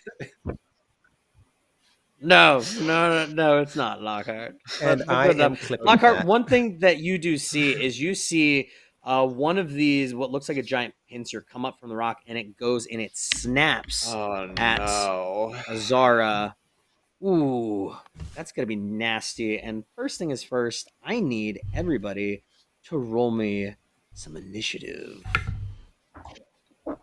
Was I able to collect the coins that were strewn about? I mean, I'll say maybe you got some of them. Okay, all right. I'll take some. Oh, 9. Okay, just hold those for a second. Sorry, I have to pull some. Really quick, before you guys say initiatives, let's Captain, while you're seeing all this happen, this bottle floats down like from the ceiling, and you see this message inside of it that says everybody's favorite phrase. Lads, We read. Comment. Perfect. Excellent. Say hi to chat really Finally quick. I have nailed to. My thing closed on me really quick. Yeah, so say hi to chat really quick. Let's say hi to everybody before you all get pulled apart by this massive beastie beast.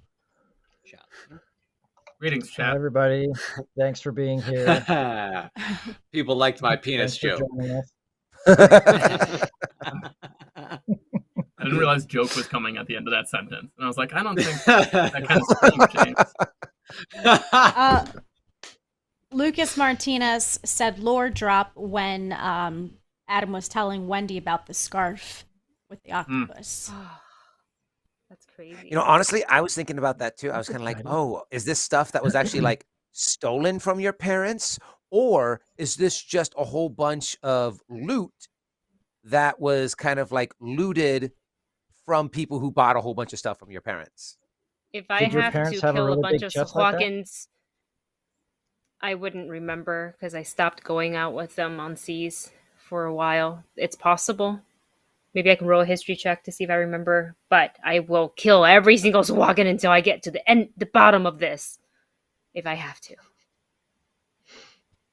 Do you know if your parents Gary? had one of those big chests in their ship? Can I roll a history check? I'm gonna roll a history check. Wait, is there a history check in this game? No, you're reading comments right now. Talk to chat. I'm busy doing Right. something. Yes. You don't I have another time one. for that. Gary Okay. K532 says ring that turns invisible. I would bet some wizard tried to make a ring of invisibility and rolled a nat 1 on a craft check. Yeah, I think that's the reason. That's Or makes he a was just lot- like, What- watch what I'm going to do. What would Scooby Doo says? Unseen servant needs to start lifting weights so it can grow strong enough to carry the throne out someday. Yeah. Let's put him on a plan. Let's go. Yeah. On a high Chest day. Let's protein, go. high lift diet. Well, I think Mr. Black Loki 3004. That's how I'm gonna pronounce that. 3004, right? 304. 304. 3,000. 3004. 3004. Said I did not expect that from Mr. Phillip. I don't know what you didn't expect, but I feel like I've been nothing consistent. That's right. That's right. Oh And man, Black Loki, Stardew. just so you In know- regards to the, I was You just go going to ahead. say, You just go so you ahead. know, there actually is a season 2 of Voyage of the Siren Song. This is the It's season this. finale of season 2. You're at it. So- You've arrived. Yeah. Season 2 season is one pure was- gold. Yeah, season So now you 1 can was binge actually the entire last season. year. Yeah. I yeah, have to go back and check out You our can season binge it. 1 when we first introduced this crazy stuff. Yeah. Okay. I know earlier we were talking about gross fingernails or toenails. Stardew says water soften up the toenails. Oh. Oh. I mean, So now I can just probably think they're drop- just kind of do this when he swims. So he has kind of like flippers on. So he's able to swim really fast because his toenails are so long. +2 to their swim speed. ugh. Oh my God. All right. Can't. Okay. A little Okay. bit of a- I'm good. I'm ready to go. Azara, as this thing, Lockhart, as you see like this giant claw come and snap at Azara, I actually rolled a natural 20. Oh no. Oh boy. It'll be fine. It's okay. Not- You're the not- butcher. You're okay. Not huge on damage though. It's only 12 points of damage, but you are now currently But- grappled in this thing's claw. Okay. Go ahead and everybody send me Eek initiative. 6. Zara, 11. Radia, 14. Captain. 21. 1. Bennett. 9. And Okay. then who we have left? I can't help it. Lockhart. 11, and I have Wait, we have a 4 for roll-off. initiative. The Do three you of have us a 4 for Rollies. initiative?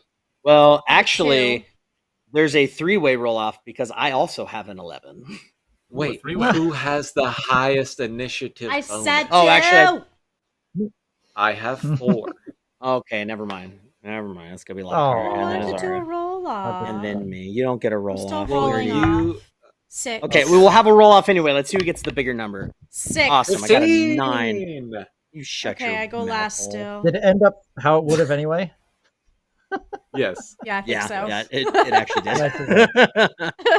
The dice let's gods see, wanted it to Lockhart, happen this way. Zara, me. Azar, you're probably fine. Whatever Bennett. crustacean grabbed you, it probably just molted, so it can't squeeze as Ooh. hard. Oh, thank you. fine. Captain, you're first to act. You see this thing, like you see this claw just like right by your face, and it just grapples onto Azara, and you see it just, and you hear like the tips of the claw hit as well too, like it is locked in place. It is your go, Captain. That is not good. Ooh, it's probably not that smart to begin with. Do I waste it on there? Yeah, you know what? I'm going to do it. I am going to reach out and attempt to touch this crab. Gotta touch the crab. When you touch the crab, he says, "Good night, Leo Scott. Have a great night, friend." Good night. Leo Scott. A sentient crab. You go to This touch is the worst. crab. Yeah. Do I have to make a save? Or are you making like a touch attack? What you doing? Yeah, touch attack. Touch attack. Okay, so you're going to get to my touch AC. Hard.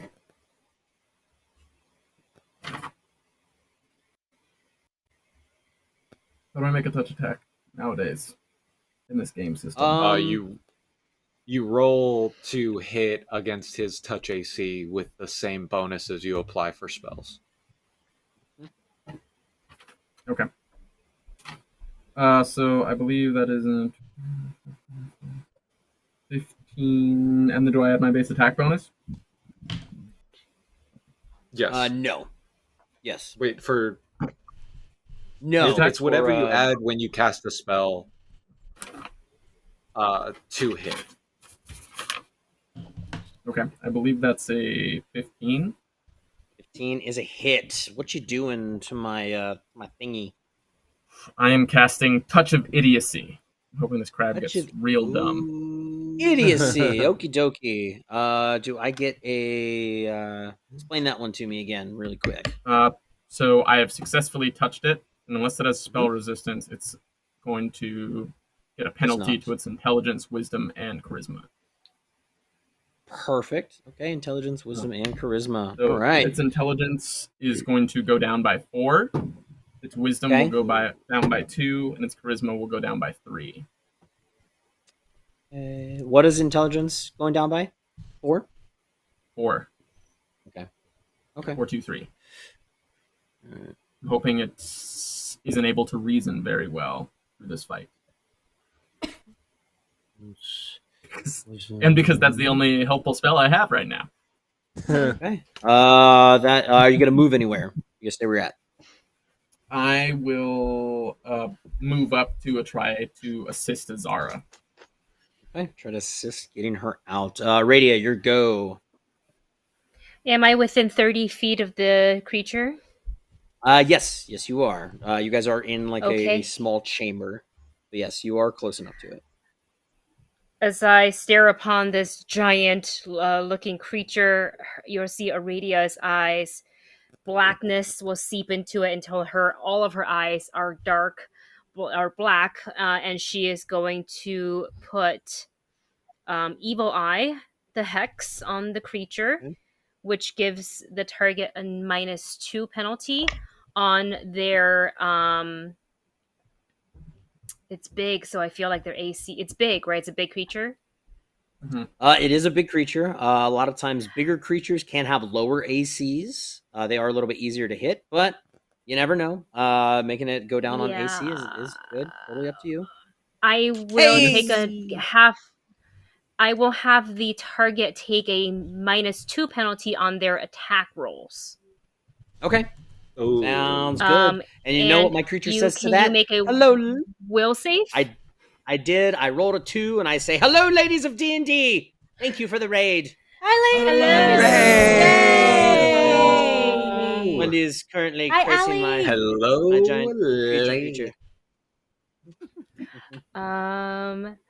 Okay, yes, so I for rolled 10 a rounds, 2. it will take a -2 to its attack rolls, and Aradia is going to use her move action and use her new hex, cackle, and extend that by 1 more round.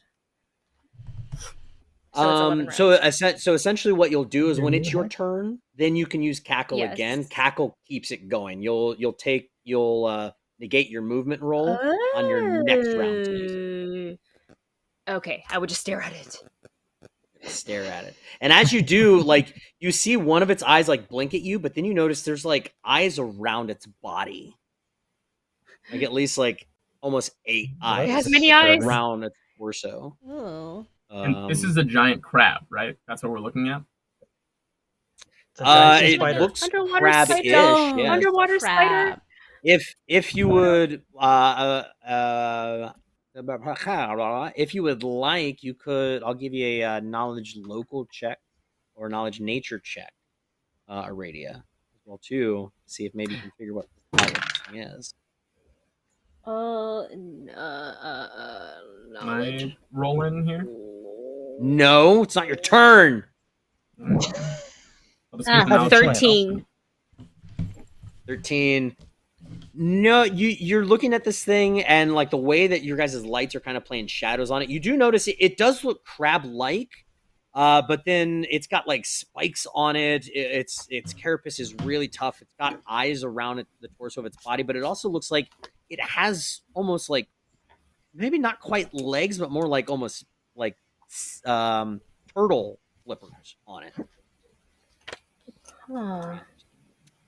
It's going to take us over to Lockhart. Lockhart, your turn. Lockhart will move up, draw Heartwall, and then take a swing, which I don't think is going to do much damage. So, Lockhart, when you Positive go to grab Heartwall and pull him out, you feel almost like a black bear kid. I need you to make a roll for me. Uh-oh. A straight up D20. Straight up D20. What'd you get? What's your roll? A 3. 3. You cannot draw Heartwall out of his sheath. What? You hurt his feelings, didn't you? Pushed it. Damn it. And Lockhart, as you're sitting there, you go to do that, and you feel like almost like this like shock move up your arm, throughout your chest, throughout your body and your head, and you just hear, "You really hurt my feelings." And I have used my ego on you. I now get to dictate what Lockhart does with Heartwall for the next 24 hours. Oh, no! See, I think that is actually a great time for us to take our mid-show break. We'll see you guys soon! There are legends of a mighty forge where the greatest tabletop weapons are smithed by expert crafters from the finest of materials. Only the strongest of adventurers may wield such relics. Weapons and armor forged from the strongest metals. Mystic foci for the forces of fate, carved from the finest stones.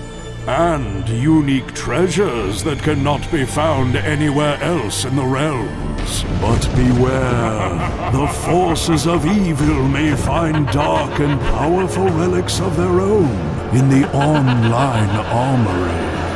Arm yourself with these gaming relics and equipment to take your tabletop adventures to exciting new dimensions. Go to NorseFoundry.com now to arm yourself with the finest weapons in the realms.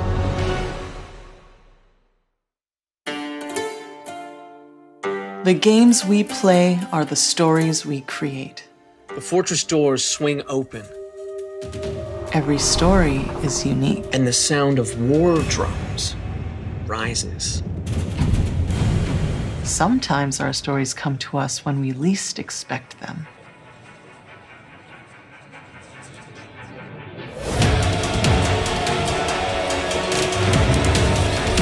We need to be ready no matter where inspiration strikes.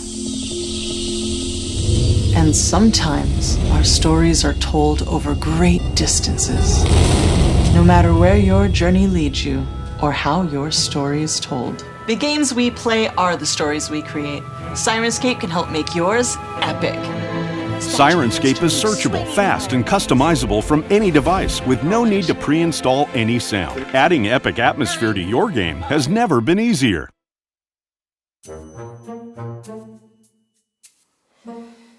Hey, Eric? You okay? Sure. Aren't you excited to roll dice tonight on dragons and things? I guess. Come on, what's wrong? It's just... I can't stop rolling twos. It's my curse. Every time I get a new set of dice, after a few rolls, they're ruined. How am I supposed to smash my enemies and destroy all that stand against me if I keep getting curses all over my dice? Why don't you just get some more dice? What? Get in my car? Go out into public? Interact with a stranger in an economic transaction? That would never work.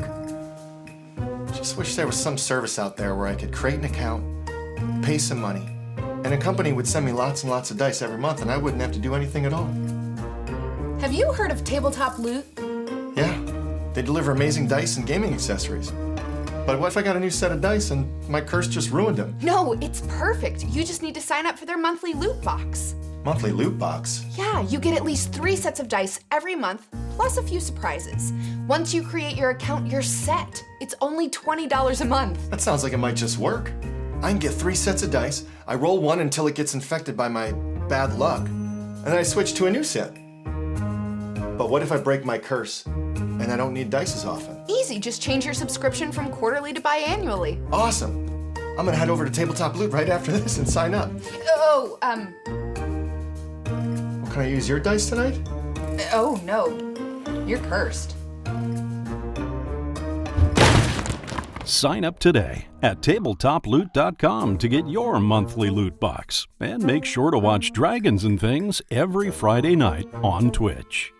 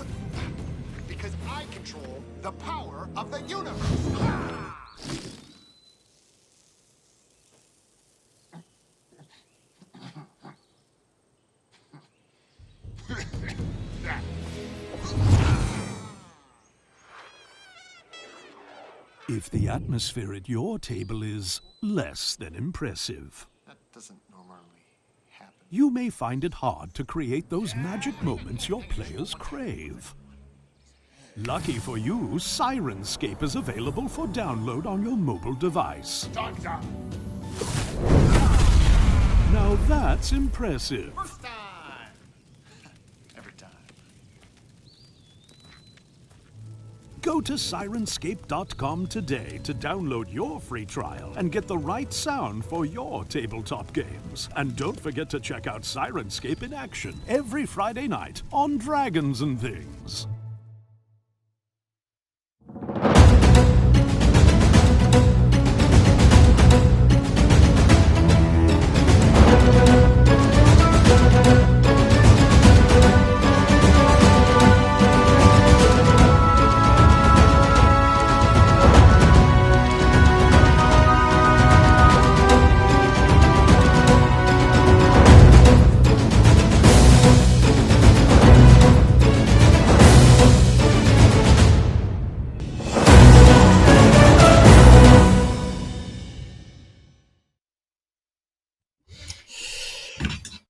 Oh, sit there, hurt my feelings. That's what he talked to me about. I tried to be nice. I tried to help him. He didn't want to listen to me. I feel like this is the second time that he hasn't wanted to listen to me. Nope, I ain't coming out. He can say he's going to ground me all he wants to, but it's not going to work. Because Heartwall is an intelligent item, ladies and gentlemen. And he has what we call ego. An ego at certain times, if you come into like conflict with an intelligent item, they can force their ego upon you to see if they can basically kind of dictate your life, and I get to do that now. You know who can't do things like that? Any sort of weapon in King's Dirt. Just saying, Slitlid. I'm just saying, my friend. I can control people. Well, at least Lockhart. I just have this image of like from Endgame where Lockhart's kind of like banner saying, come out, and Heartwall's just like, no, you can't make me. Not going to. Also having that much. Oh, go for it. I was saying also having that much. Rossi, you said it perfectly in the chat. But like having so much ego, it makes Heartwall like a prima donna, where he's like, "I'm not coming out of my trailer until Lockhart apologizes, and he's gonna be in the trailer too because I force him to be here." Now, also speaking of James Chu, the very nice and loving James Chu. What do you do? He actually knows this really awesome guy that's on Twitch right now named Dual Stone Rage, who donated $90 for 3 wild magics to go off. Are you kidding? What? What? So, you're part of the game. James Chu, why don't you go ahead and roll me? Who got my credit? Did you get my credit card, Adam? D6s to find out who gets hit with these wild magics. That's insane. Thank you very much for the donation. Would you like to donate towards rent this next month? I mean, I'll give you my bank account. Oh. Okay. First one is a 1. Oh shit! That's going to the captain. All right, next one. Actually, we're gonna do this on camera. Captain knows about wild magics. He feels comfortable with it. Here we go. Nice cut of nice James cam. True. Bennett, another one. All right. Yeah, final roll. Oh my! Oh wait, yeah, no! So I don't want it again. You don't get it again. So roll another one. What is that? We can't see it. Can't see it. No. Towards you. Damn it. Oh, it's a Zara. All right. So I am getting rent money. Okay. Cool. Thanks. Hey. All right. This is gonna be good. Oh my god. I was worried it was gonna come back to me, and I was like, damn it. No worries. So funny. Lockhart, now. You feel in your head, be like, no, I'm not coming out. I'm gonna force you to do this with your bare hands. You really hurt my feelings, and I was trying to help. So you can fight with your bare hands for all I care right now. Lockhart. Yeah. Wow, that's rough. Kind of makes you feel like you had crab hands. That'd be better, right? I know. I wish Crabula was still here. You are a sword. You go to say that to him, and you can't get the words out. You're like, no back talking me. You want to pull me out? You go take care of it with your bare hands. Oh snap! So you see Lockhart sighs. He walks up to this, and he's like, man, do it with bare hands. I'll do it with my bare hands. And then he's gonna reach into his like little, I don't know, belt in his back area and pull the dagger that Bennett gave him months ago when he got trapped inside of a beast's mouth and I couldn't hit anything. He goes, I have to do this. I don't remember that at all. Because someone wants to be a soul with an emotion. And so he's going to strike out with this dagger. We're striking out with your dagger. It's not bare hands. That's a 1. You roll a 1? It's a 1. You pull out, you go to strike at this thing, and the blade hits and cracks. What? And you hear in your head, you gave me a crappy dagger. And you hear in your head, ooh, that sucks.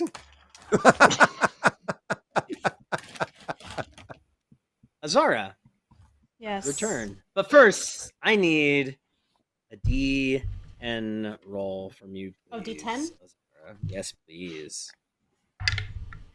9. 9. Sorry. No, where's my 9 at? Oh, okay. This one's fun. This is a callback to one that we've done before. Azara, as we're not one before here, one that has been on the network before, one that I really enjoyed, and actually I think Diana had kind of similar to one before.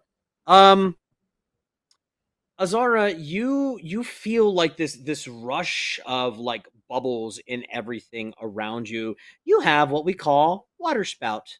Water shoots out from around you, or basically a current of water if you are in it, and you roll a 10. Depending on the area that you roll is going to determine what gets hit from this outline water that shoots out from your body, and you could potentially shoot somebody or something away from you. So like a bull rush? Essentially like a bull rush. Exactly. So before this happens, you feel this rush of water start to happen. I need you to roll me a D10, please. Ew. 10. A 10. As you're standing there and this thing's kind of holding you up, you actually feel it's really weird. You feel like this like bubble and everything around your body as it shoots out downwards, and I'm gonna say almost like you're farting because it's shooting downwards past your feet, and you actually see Azar's holding on, and you just see her go whoop, as she kind of like almost. I'm grappled. Listens. You are grappled, but you're still grappled as you kind of like shoot we both go upwards up a little together? bit into just the claw of this thing. As the water spout shoots out actually down towards your feet. It is your turn, Azara. If you would like a strength check to try to get out or try to attack this thing as it's grappling. Yes, I kind of yelled, sorry! I have weird gas right now. Can I do a knowledge check first to see what this thing is? Yes, you sure can. Give me a knowledge local or knowledge nature. It's a 20 on the die. I'm not lying. Hey. Plus local 32. Look, I'll show you. I'm not lying. 32. Wait. This creature.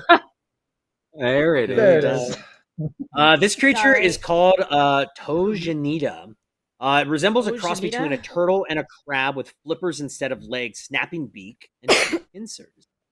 This thing is essentially almost like a giant crab. What else do you want to know about this thing? You want to know where it lives, its attacks, its weaknesses, how you know what? Attacks. You know a lot everything. about this thing. You know that this thing can resist energy. It can resist electricity. It can also resist fire. It is also able to shoot out an ink cloud that, if in water, can dissipate and make it very hard to see in water. So if it's able to shoot that off, it's going to be hard to actually track this thing. But you do know that it's not very intelligent, especially not now, not anymore, because the captain touched idiocy. But these things tend to live in a pair, can sometimes live in a clutch. Or a cult as well too, because these creatures, humanoids, worship them almost like a water god as well too. So it actually wouldn't be too weird for something like this in a group of other creatures worshiping a creature such as this to, I don't know, maybe be a protector of some sort. But yeah, these things are nasty, and this beak, as you look at, is actually like maybe about 3 feet long, and it snaps this direction. It's got eyes around its body, and its pincers can deal some crushing damage as well too. So unless you're able to break out of this thing, you're going to start feeling a little bit of pain as I start bringing it to you soon. I'm going to make an escape artist check then. Trying to escape artist. Go for it. Your escape artist is going to go... Roll. Not joking! Not joking! Not joking! Not joking! Wait, right there, another 20. I'm not good at this camera thing. Yeah. 20, not joking. Yeah. 20. Get out. Yeah. So how do you get out of this thing's grasp, Azara? Oh, the air. So right before you said that the air shot me up, I think at the same time it like slipped through the claws as I like slipped through with the air. Like, huh, that was useful. And then I'll turn back around to get ready to fight. Perfect. That goes on my top 10 list of Diana farts. I love it. You made your escape out. Excellent. And we got another raid queue time. A big raid. Ooh, wow. Thank you guys. Thank you, queue time. Lots of Darth raids. Diana farted and she can't use a sword. Yay. Yeah, welcome to some crazy fun we got going on here. I'm trying to rip my players in half. We'll see if I am able to. But thank you guys so much for hopping in. Yeah, thank you so much. That takes us over to me. It's now my turn. This thing is going to look. There's a Lockhart and another one kind of close by. Captain, you were somewhat close by. I'm out of a claw go at the captain and a claw go out at Lockhart. For frick's sake, are you serious? Why can I never attack you guys and hit you guys with anything? Captain, does a 17 hit you? It does not. Damn it! It misses. Yeah, that's my turn. Takes us over to Bennett. Bennett, I need a D10 roll from you, my friend. Okay. Oh boy. Let's go with this one. 1. Oh, 1. Oh, this will be fun. Oh, no. This one is called Bennett Song of the Pirates. Pirate jigs enter your ears. You can do nothing but think of songs. If you can sing me a pirate jig, you get a +3 on any check, attack, or save that you have to make. You can have a +3 in perception. Well, it's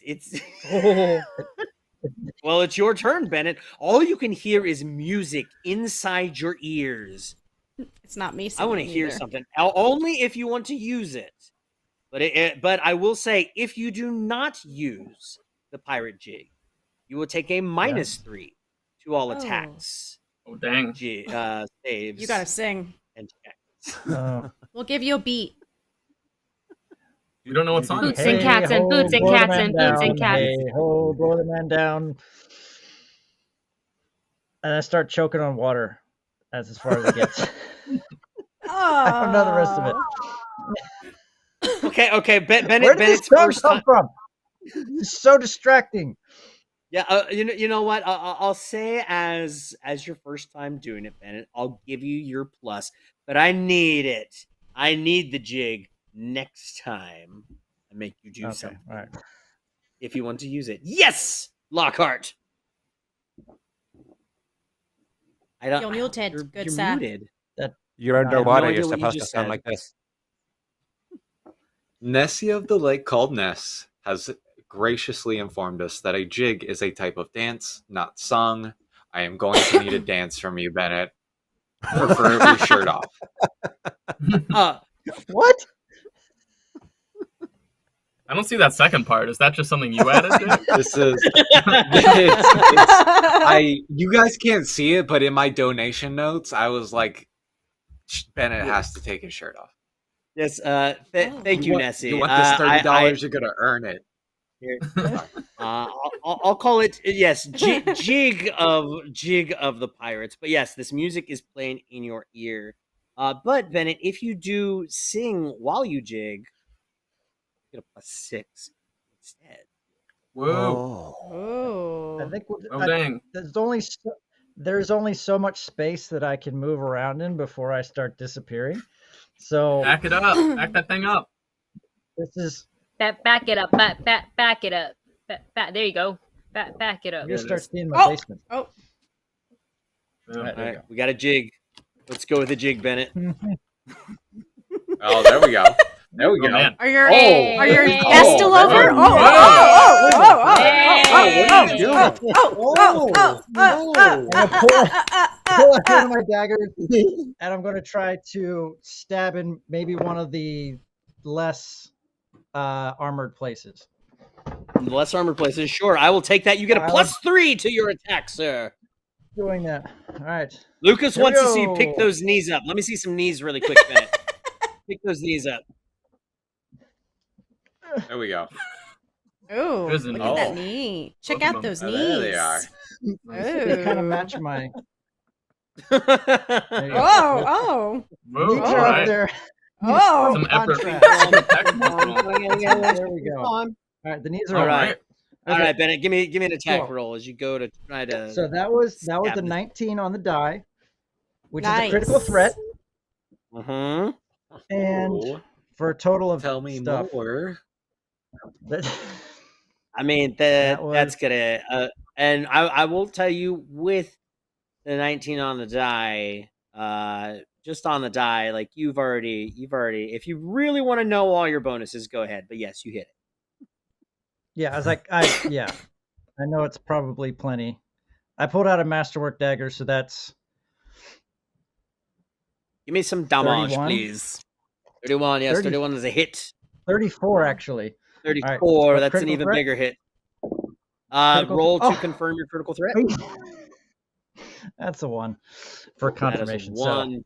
Oh, Definitely not a critical. critical hit. Regular hit. No. Because you're not. All Your right. body just starts dancing. Oh, whatever it was doing. That's beautiful. Beautiful. that could have been so much cooler, but instead it is. That is max damage for 13. 13 at max. 13 Nice. point piercing. Going for a weak spot. It does go through. Yeah, able to just like kind of stick it right in its side in between two of its eyes. And you just kind of hear this like come out of its mouth. It screams almost like Yeah, the you same like that, sound do that you ya? guys heard when you guys were trying to determine when you were in the frenzy room what tunnels you wanted to go down. Bennett, Ah. is that it for you, Bennett? I think I get a second attack, don't I? Yes, you do. Yes, you do. Okay, all right. Are you okay? Gonna keep doing this. Yes, I just guess. realized that someone has a potion of speak with animals or something. Or The ring! befriend I don't know with what you're talking them. about. Yeah. It's not active yet. Oh, Yeah, Because it hasn't What do you been mean it's not 24 active? hours. well, It It that's, has to yes, get it that's- soon. You have to attune to it. Yes, it that's does, a natural Gary. one on my The second mouth. attack, so. Yes. A natural 1. Excellent. Yeah, you go to do it with it was a masterwork. What was your other dagger you pulled out? I only pulled out one.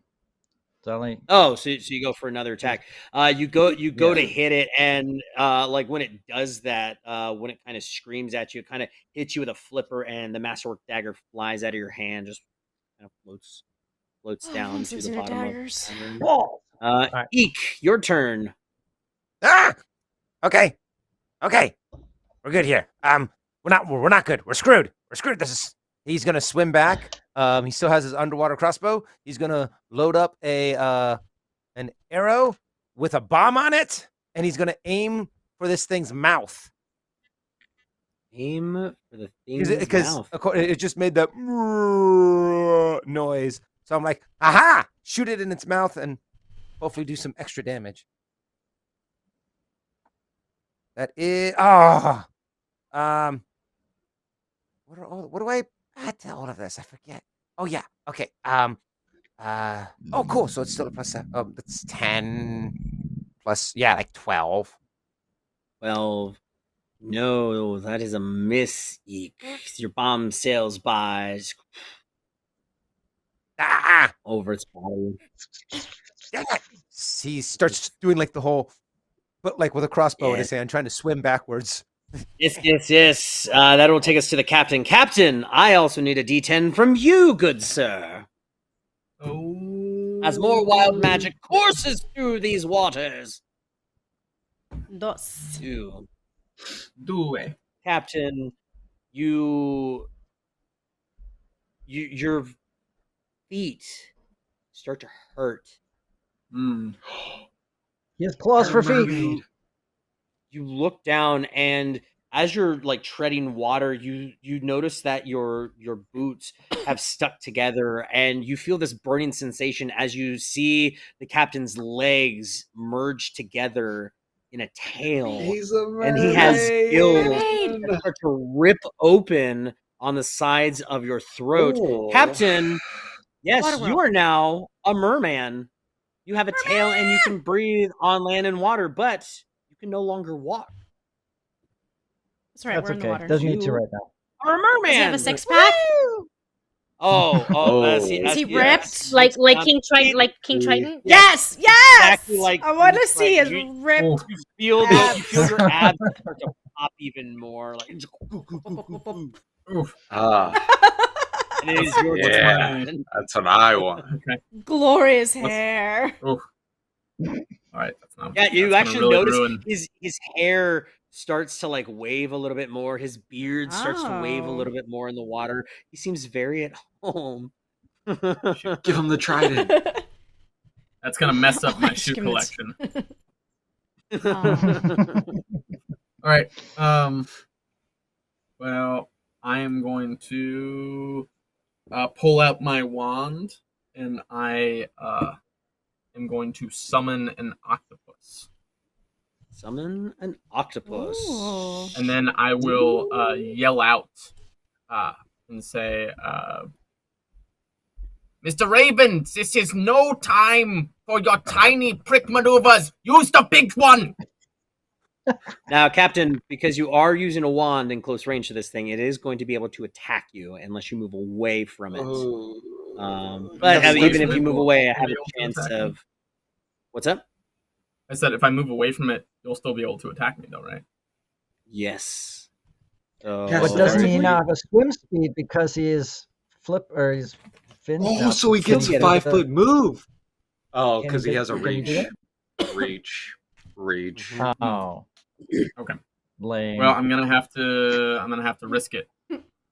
Risk it Risk for the it biscuit. All right, Yeah. here comes You'll be Captain. For that biscuit. Captain, does a 21 hit you? Yep. Oof. No. It better. Yes, It I doesn't. knew it. Mage your armor, abs? baby. Yeah, my abs. Oh. Got that mage armor up. 22. Ding ding. Actually, and it's great. I was just about to say it before I saw it in chat. Captain, you like look down when you kind of swim by. You notice Pupil was swimming next to you, also with his feet are also together as a little tail, or as a mermaid tail. And but he also still has his little tail as well too. So he has a mermaid tail and his regular tail as well. Weird. And you That's notice odd. he's like holding onto the captain's beard, kind of like looking like this. As it misses you, Captain, you get the spell off. You summon an octopus. Excellent. Yes, and the octopus will attempt to attack it because that's what it can do. Actually, Okay. Yeah. So here we go. It's gonna try to bite it. Does a 19 do it? 19. Mm-hmm. Because somebody decided she wanted her eyes to turn black and make its AC go down by 2. Yes, a 19 hits. Technically, I said -2. Oh, God, I'm just... attack. She did say to attack. She said to attack. I said attack rolls. I told you guys what its AC is now, so no, it does not hit it. Oh. Suck it, Captain. Sorry, I effed up your game, Captain. Well, that's just... I guess I will suck it. Well, it's gonna attempt to grab it then. Because it missed its attack, so it can't grapple. It's got multi attack. So the first one was a bite. This one's gonna be the tentacles. Oh, octopi have multi? Oh, that's dumb. Okay, fine. Going against octopus CMB against my CMD, which is pretty good as well. Yeah, I think it'll be fine. Did not roll well.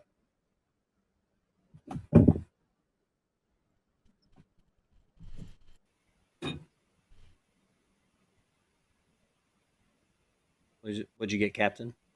The T, Earl Grey. Oh, you mean the roll? Oh. You see Barrett Chainlin like dive into the water and everything. Oh, here, Captain, here's your tea. I know you've been waiting for it, and he swims back. Yep. It was that a kid 10. deserves a raise. Yeah, it's not a good. What roll. was it, Captain? It was a 10. No, not a good 10. roll. No, not gonna happen. Bad. Okay, Aradia, back to you. She is going to... Who is the closest member to her of the party? To you? Well, Bennett's up I feel like we've had a lot of connections. Yeah. Aww. I mean, probably. I mean, I feel like Eek is kind of behind-ish you, and then everybody else is kind of in front of you, kind of like surrounding this thing. I'm going to swim up behind Lockhart and shake him by the shoulders and say, I don't know what's going on, but snap out of it, as I put guidance on him. Guidance on the Lockhart. Excellent, excellent. And because I moved, that's all I can do. Yeah, Lockhart, it's your turn. You feel guided. Lockhart's gonna like turn to Captain. He's like, you don't understand. Heartwall is having issues with me right now. And in his head, he's gonna be like, oh, well, just give him my spells. And he's like gripping onto the thing, trying to pull arcane pull points from Heartwall. It's like, just give me my spells. No. Oh.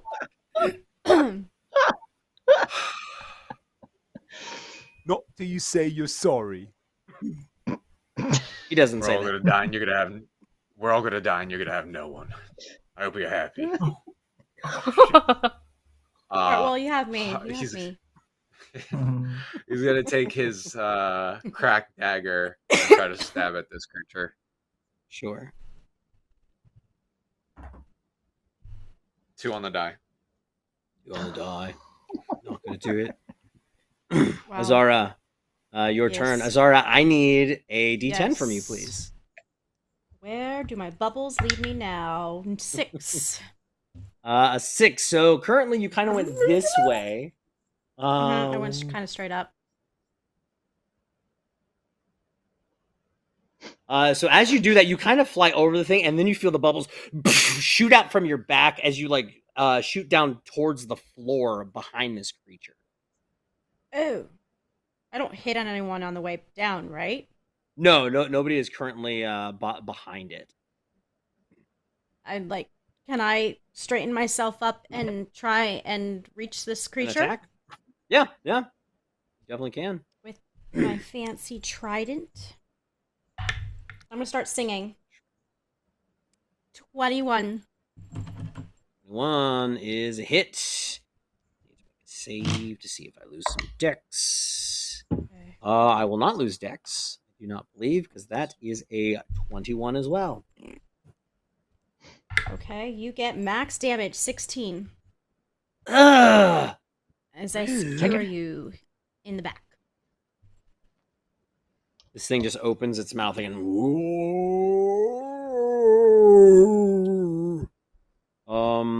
Let me see. Oh, wait, I have to roll the coral. 3, 4, 5. 5 points of dex. Oh, you said you saved on dex? Yeah, I said I saved. Just kidding. Okay. So this thing, it's gonna make 2 attacks. It sees Lockhart just coming up and trying to hit this thing. 2, actually, yeah, it's just gonna go 2 straight up attacks right at you, Lockhart. Ooh, Lockhart, that is a natural 20 and a 19 on the die. Woof. So for a 29 and a 28. Ooh. As you guys see this thing just clip Those onto are both gonna hit. him. Yes. It's going to deal, let's see, 10 points plus another 6, so 16 total points, as now Lockhart's torso and his legs are now grabbed by this creature. Bennett, it is your turn. I'm going to see that madness happening. I'm going to try to go over to one of the arms that is clamped onto Lockhart, if I can. Mm-hmm. Sure. And then I'm going to like jab at the joint of the arm. Sure. Actually, do you want to plus? Do you want to plus 3? I'm going to pull out one of my daggers first. I'm also singing. Okay. If you want to take it. Okay. Yes, I will take You it. want? I'm going to pull out. You want an additional plus 3? Jigga? Sure. Give us a jig. It has to be a new jig. Different jig. A new jig. Different pirate jig. I don't know. There we go.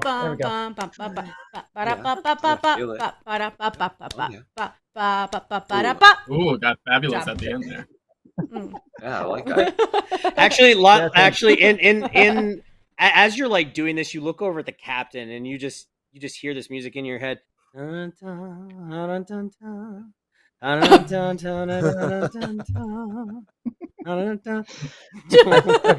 I think I know what that's from, but I haven't seen the movie, so I'm not entirely What? What? Oh my God, Brent! Did you not have a childhood? Brent has been locked in his basement for years, and there's no TV there. No wonder you're in the basement. All right. That was like one of the few Disney movies we never saw. Wow. All right. Go So that I'm red-headed sea I'm witch is pulling the out devil. my magical silver dagger, because my masterwork dagger went flying, and I danced and I took the song. What does the song give me again? What is it, Diana? Plus 3. Plus 2 or plus 3? Plus 3. Minus, plus 3? minus Okay. plus 3 to strength, and a negative 1 to your To AC. AC? 1 to your AC, yes. Okay. So I'm getting a wow. Okay. So there's no possible way I can miss this, right? Plus 3 to your strength. That doesn't mean it's a plus 3 on top of that. So your Oh, strength. okay, will okay, go all right, up. okay. So your So- strength modifier will go up a little bit. 19. A 19. Yes. 19. It's not a hit. Not a hit? Wow, hit. that's pretty bad, because I rolled a 3 and got a 19, so that's unfortunate.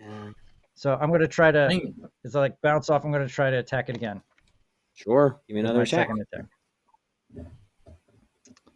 And second attack is less than that. So that is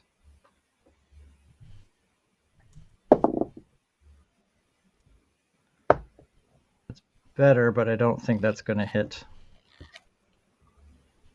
I think.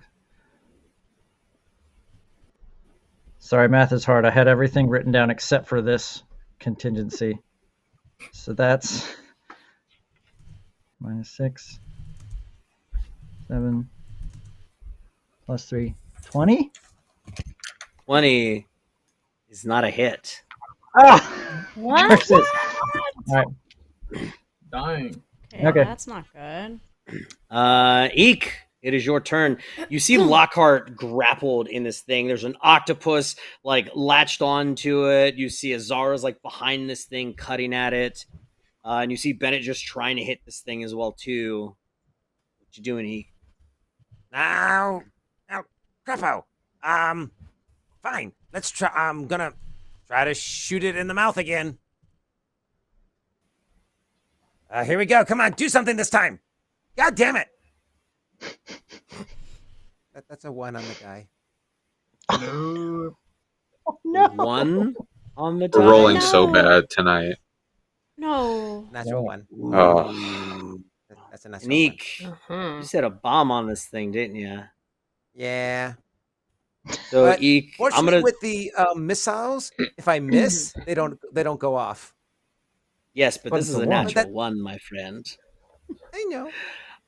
I'm gonna say you go to shoot this, and you're farther back from everybody else. It explodes. Yep, I get in it. front of you. So I need you to roll your damage dice. Yeah. From your Well, bombs. the arrow didn't hit me. So can I No, make the an arrow did not. argument The saying bomb that I goes don't off. take arrow damage, just bomb damage? No, it's just gonna be your bomb damage. Yeah. Okay. Okay. Not bad. 8, 9. Oh shit! But then I have to add my intelligence. Yeah, so that is a 13. 13 points of damage. Goes off Son of in a Eek's face. And Back to the top. you notice that the part of his other side of his ear is now blown off. Oh dang! Are you serious? Well, I'm assuming that he had it up to his face and it would have been on the right side. Oh. And it was his left ear that got blown off, so now it's the right side of his ear. Oh, poor The Eek. tip of his right side of his ear. Captain, it is your turn. There's an explosion behind you. There's an octopus, like Lockhart is stuck in this thing's grasp. What are you doing? Lockhart's stuck in the thing's grasp, right? Okay. I am going to swim up to Lockhart, and I will rifle through my coat with many pockets real quick, and yank out a scroll, whip it out of its waterproof case, and quickly try to read it before it disintegrates into nothingness. And I will cast Enlarge Person on Lockhart. Ooh.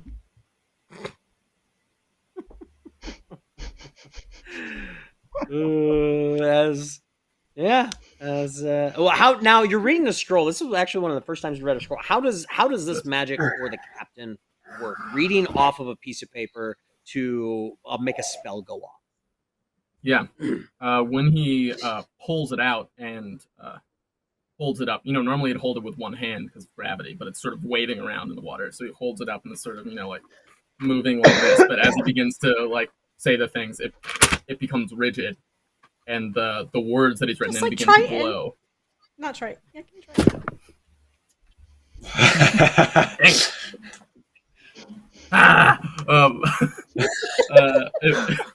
It begins to glow, and the writing glows and then disappears off the page, and the page disintegrates into nothingness as the spell takes effect. In this case, Lockhart gets big. I'm gonna see if I can maintain my grapple on you, Lockhart. Yes. Let me know what you got for your grapple, because I have a very high CMP. You do. I do not maintain it. That's only a 19.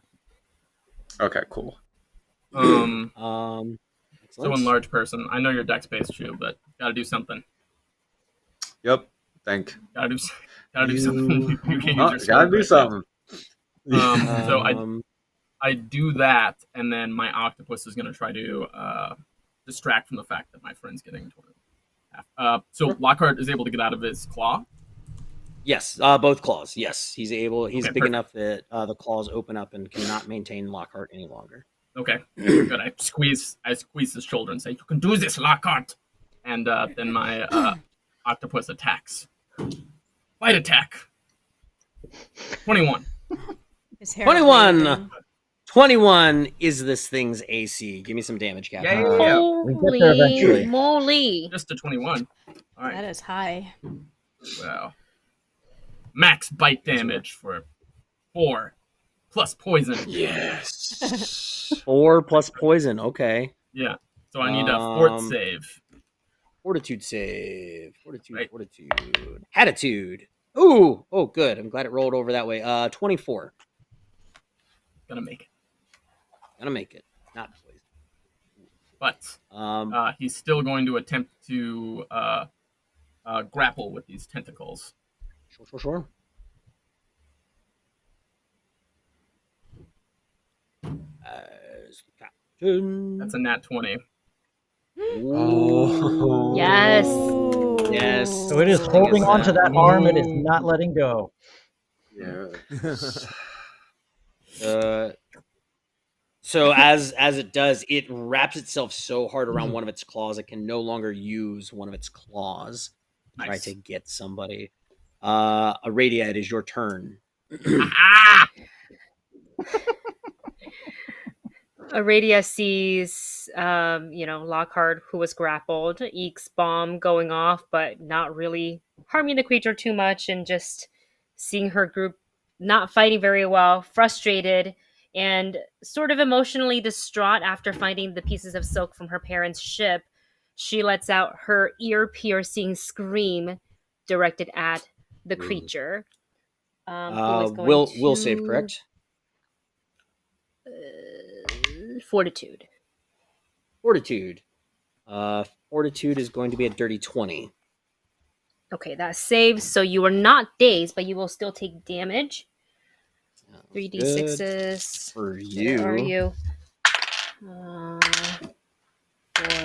What is that one? 6 points of damage. 6 points. As the thing howls in pain. Of sonic damage. Sonic damage. Lockhart, you feel that pressure that was on you completely disappears. And Hartwall, you just hear him say, "I'm back with you. I would never want you to get hurt like that. I was going to come out and protect you like that. Can we please do what we did before and kill the motherfucker?" I think Lockhart's gonna take him, like be hesitant to grab it. He's like, we're gonna need to talk about this afterwards. I'm not saying I'm right. I'm saying you're right. But we need to talk about this. And so he's gonna draw Hartwall. And it's almost like And you then all come hear down. like this noise. Yeah, coming down on top of this thing. All right, give me an attack. Oh. Are you singing? She Yes, is I singing. am. Okay. I'm gonna take that 8 plus 13. Enlarged person, remember. What is that? That's plus 3d6 15. 21. Yeah, so that is a hit. 20, yes. 23. Yes, because of my Excellent. song. Oh my god, out of the box. And Hartwall, because he's also bigger too, he's one size bigger as well too. Oh, he's 1d12. Wow. 1d12. Cut in half because we're Or- Put it more. on the die. 10 plus 15 plus 1. 26. 26. Yes. Hey, Lockhart. How do you and Hartwall kill this thing? Whoa! So like as his sword comes down, it hits solid, and everyone like hears the reverberation of like this ting ting ting, ting, and like pressure still going, and you see like the crack, and then it completely snaps through its back. Yes, this thing is dead. And Captain, as that happens, the crack happens, and the other you notice just that one piece of wood just starts floating like right in front of your face. Snatch it. Oh, that I'm gonna piece. float Congratulations. down. Sorry. That's what we were fighting over. Yeah, can I check this piece of wood? You sure can. Give me spellcraft. While he's doing that, I'm going to go try and find my dagger. Maybe. Yeah, you can easily find it. It didn't Okay. get too far away. 18. 18. Yes, Captain. This is a wand. As you're looking at it, it looks like it has almost like flame etched on it. It is a wand of produce flame with 18 charges on it. Ooh.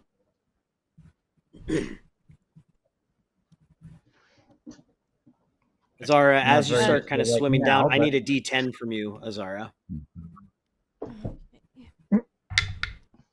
5. 5. You were kind of behind this thing. As this thing happens, you actually feel it kind of like from the side, and you just kind of like shoot across the room a little bit.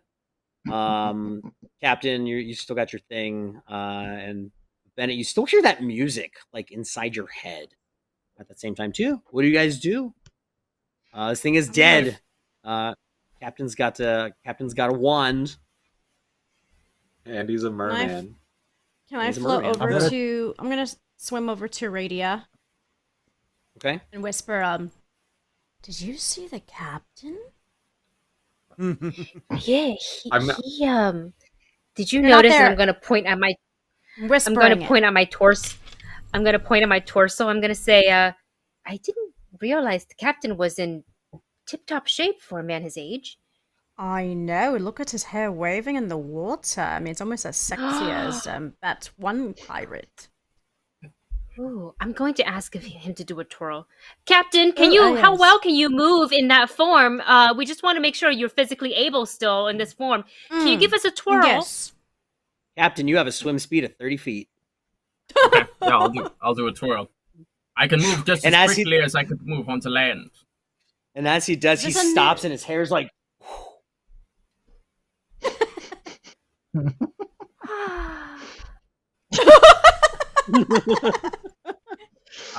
We must not dilly-dally, though. There still is this queen to be found. Oh. I'm going to try to collect whatever gold coins I couldn't get then that were there. You guys are able to pick up the 40 gold coins strewn around the ground. A couple extra crossbows, like I said, 40 crossbow bolts. And a dead creature. Where you guys heading to? Continuing your way through the tunnel. Is this crab made out of stone entirely, or is there actual meat inside this crab? Actually, while looking at it, it is from this other information. Crab like this, if you're really far away from anywhere, but the meat, if it was not spoiled, would fetch a very hefty price. But this is said to be some of the best tasting crab in all the seas. I will start piling into my bags and asking everyone to help out so we can bring it up and we could have a feast on the ship. I know I've had this once before. It's one of the finest meats. Eek, do you happen to have a potion that can minimize things for a short time? Unfortunately, all I got is like enlarge things, and it's only an enlarged person. So, and it's. I can make things small. Maybe we can pocket size this creature so it'd be easier to transport. And then when we bring it back to the ship, we can kind of tie it to the side of the ship. Can you Have do that lobster with for dinner? other things, inanimate objects? No, I can only do it to people. Okay. We should Yeah. prioritize finding this queen, though, and not dealing with the husk of this Yes, crab. Captain. I'm just really hungry. Sorry about Me that. too. Yeah. So, as of now, heading towards the queen, you have the husk of a very tasty delicatessen meal, a giant throne, and an unseen servant currently digging out a hole. As you guys start heading up this tunnel, you actually come to what looks like a seaweed curtain. Okay. As you pop through, you actually pop through. This is the final seaweed curtain that leads you back into the dining area where you saw all the Sawagan eating before. There's another side tunnel you guys had not ventured down, but you do know that these two tunnels do connect to one another. You don't see any of the other Sawagan currently out, and the matron has not poked her head out. But you do know that you were told that the queen is currently back up into the upper tunnel, so you would just go across the room and swim upwards. Is that where you're all heading to? Yes. I think so. Yep. Oh yeah, so there was you that was the one room that that was like the very first set of turns. It was the first fork we came into, and we just did not go that way. Yeah, that's crazy. We would have ran into her first. Yeah, you guys start heading upwards because it goes up about 50 feet, and you get to this this opening tunnel area where you guys actually fought. You see the body of a hammerhead and two Swagans that you guys killed there earlier. That actually, I think it was Radiant Bennett murdering these things. And you see across the room, even through the blood has actually kind of settled in the water a little bit. There is kind of like a pink haze to the water, but you do see an opening to what looks like a chamber across the room to you. And as you head inside, you see numerous strange organic filaments like filling this chamber and running from floor to ceiling, almost like columns. And they're fist-sized pink like ovals floating inside these filaments, and they're like bobbing in kind of like this little current that's currently inside this room. The eggs. Caviar. Yes. Go ahead. Give me a knowledge local check. Give me a knowledge local check. Too. Yeah. 17. 17. 14. 6. I rolled a 2. Yeah, I did hard. Rolled a 1. Ooh. Oh boy. Anybody else? Oh. Yeah, I rolled a 2. I can do My dice are against me. I'm not smart enough for that. Nothing. I rolled a 2 as well. I've actually got knowledge local. I got a 18. Never mind.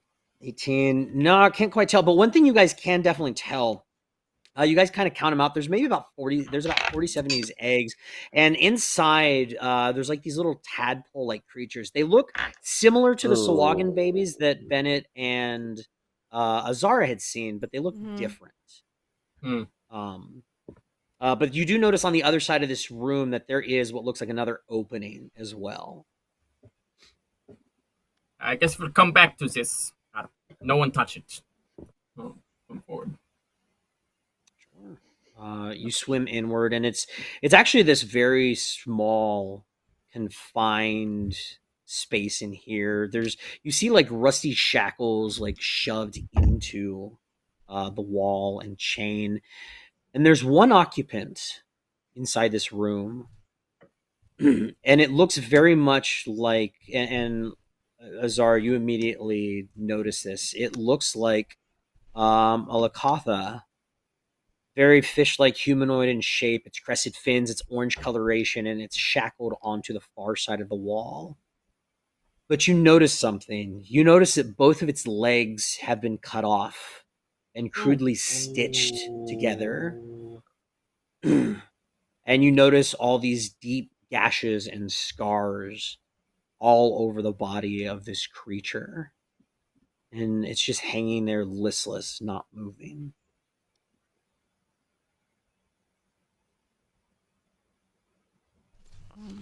Remind me what a Go and Lakatha sinks. is? I don't remember. So the Kapha is the one creature you did the check on. It's like the Sawagan, but it's like light side of Sawagan. Very more humanoid, Abe Sapien. I think like almost like creature from the Black Lagoonish, more type. Not as fishy humanoid, more humanoid than fishy, but still fishy aspects. You would think that there would be guards on this thing if it is the queen. Allow me to go first. I'm able to move quickly through the water now. I will ease my way in. We could talk to it. Lockhart's gonna, as Captain leaves, Lockhart's gonna lean over to Aradia and he's like, "Anyone notice how hot Captain is? It's weird." If you notice, the he's very fit. It just Is, why would he hide that he's underneath in all better the shape robes? than me. It's so weird. Yeah. I try to check out Lockhart's abs and compare them to the captain's. The captain has at least. Captain's got at least. The captain's 4 more. Captain's got like a 12-pack. Like Lockhart tries to cover his abs. Captain, Aradia's gonna swim by and say, "We should encourage the captain to not hide himself under the robe," and I keep swimming. Captain, as you get closer, you actually see the creature's head bob as the head kind of comes up, and you see like this twinkle, and it's like vibrant light blue, sky blue eye. You just hear this faint voice. "Love, is that you, the king? Oh, it's not you, please. Oh, no more. No more, please." What's with the face, Lockhart? I'll sort of wave my staff back and forth, because that's where the light is, to see if I can get its attention. Can you hear me? My name is Captain Heisenberg. Captain Heisenberg. I trust you're here for another crack to steal my babies from me as well. To steal your babies? What do you mean?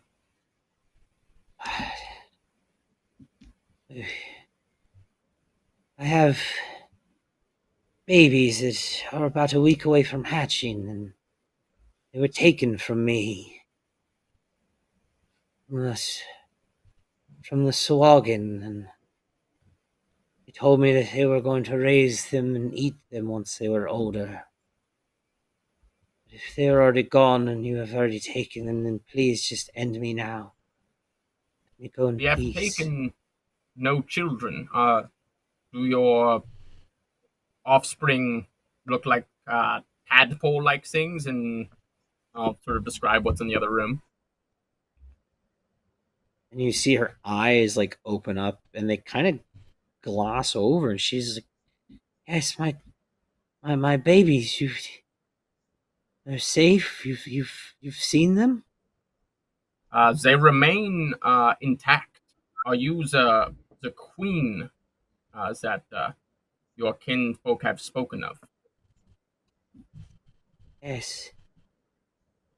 Yes, they tried to save me. I watched as the Sawagan ripped them to shreds, and they did this to me for sport.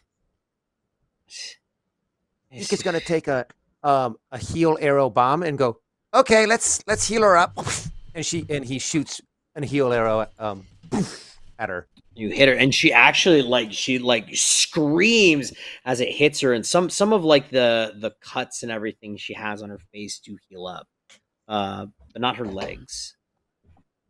Some of like her fins have been ripped off as well too. She looks. She goes, "Please, if you could just release me and let me leave, let me go back to my people. I'm Queen Nothnoria. I would be forever grateful." Of course. I'll go over and start to try to undo her bindings. Unless a key is Yeah, necessary. these things are rusted. You could actually probably just hit them and they would break. But Oh, she yeah, I'm hasn't hitting 'em. the strength to do that. You like let her go, and she just kind of floats down, and like her weight just kind of lands on you, Bennett, and she's just like, "Thank I'll grab you, her. very strong and hairy human males. Do appreciate you. Have you seen any of my kinfolk? Did any of them survive?" They did not, but your offspring, I believe, have in this next room. There's a really ugly looking hag in there, kind of thing, that's watching them. Very defensive of them. Protective. The one with the saggy boobs. No. I think Eek. I think that is their. I think that's their kids. I think the eggs right outside the door here are hers. Oh, okay. I was getting things mixed up here. That's okay. Yes. Of my children. Can I start about to how pull her towards that other Yeah. room? Can I start? Yeah, to of kinda- course. Yeah, as she's holding on to you, and you swim into the other room, and you just hear this. I knew it. I knew it. And she reaches out and just starts like caressing her eggs and bringing them up to her face. Okay. And It's so happy weird. to reunite and you. all of with you. your- I don't have sense motive. Thank you so much. My babies, these were it. These were the only ones that you could find. So, yeah, These are the there only is, ones that we've seen. Yeah, like I was saying, there is a room that contains more younglings, but I do not know if they belong to you. Oh, and unless they looked anything such as this, no, they would not be mine. Would Azar or I be able to tell the difference since we were in that other chamber? Did these you look anything guys like studying them enough? You can like looking at it. Yeah, they even the little tadpoles you guys saw. The way these are hung from like the ceiling in a couple pillars. The ones that you guys saw before are actually stuck inside clay, and they actually look like they have a little bit of a harder shell to them as well too. These ones are more rounded. The other ones were more like oval eggs, like shoved into the wall. Yeah, I think these are all Yeah. the ones that we have seen. That's correct. Why don't you gather your younglings and follow us? I do not know if this area is safe. Of course. Thank you. Thank you, old hairy man. But you're not a man. You are almost like me as well. Swimming in the water. Sort of. And as her head just like drops on Bennett's shoulder, she passes out. Well, damn it all! Now we have to move these things. I'll start gathering them up. Be careful! I'll Don't help Azara gather. Pop them or Sure. whatever Where are it we is they taking do. them? Out, I suppose. I'm gonna throw up. Yeah, I'll just hold on to her. Sure. And so you guys know the way back to the entry into the blue hole. Is that where you guys are heading to? Yeah. Sure. I think so. Yeah. Yeah. You guys start heading back. And as like the light like just kind of starts shining down on you guys, she kind of opens her eyes, Bennett, and looks at you and she goes, Thank you all so very much. I don't know how much longer I could have lasted in I'm gonna touch the her raiding forehead. party.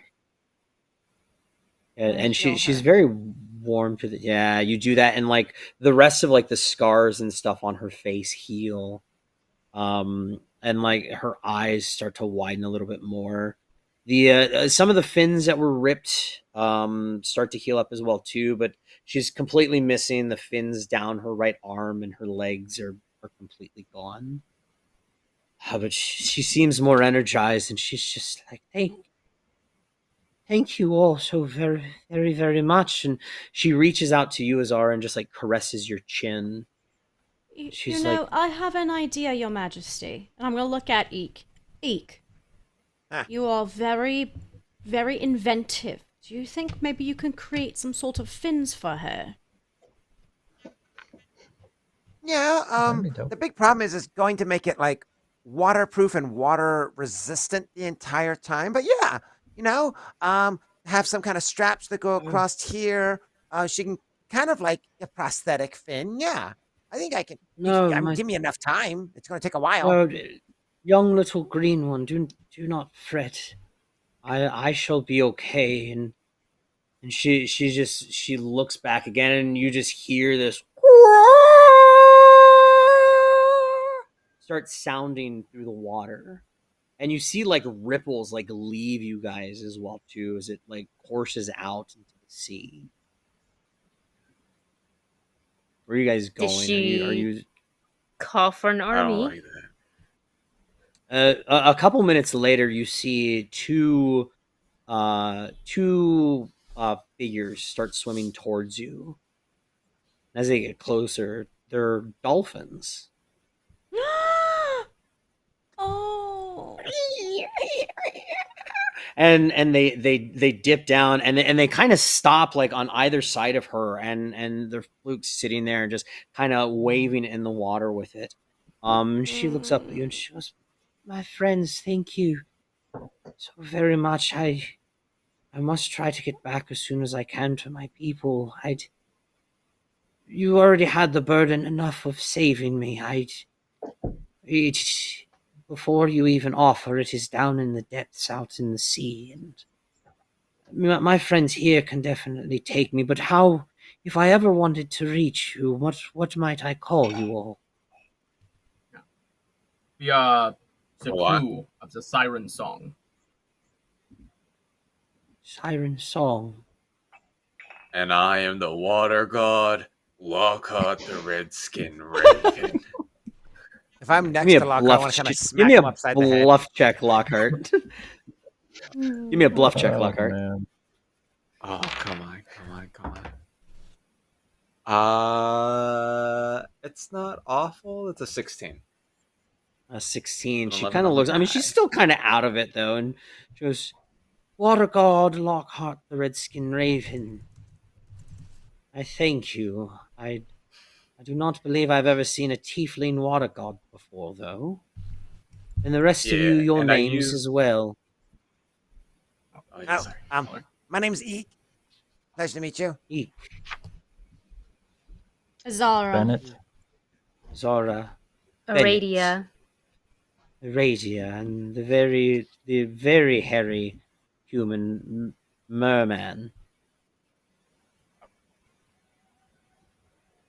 Scheiß Heisenberg. Scheiß Heisenberg. Well, I thank you all so very much, and I will constantly keep you in my thoughts for saving me.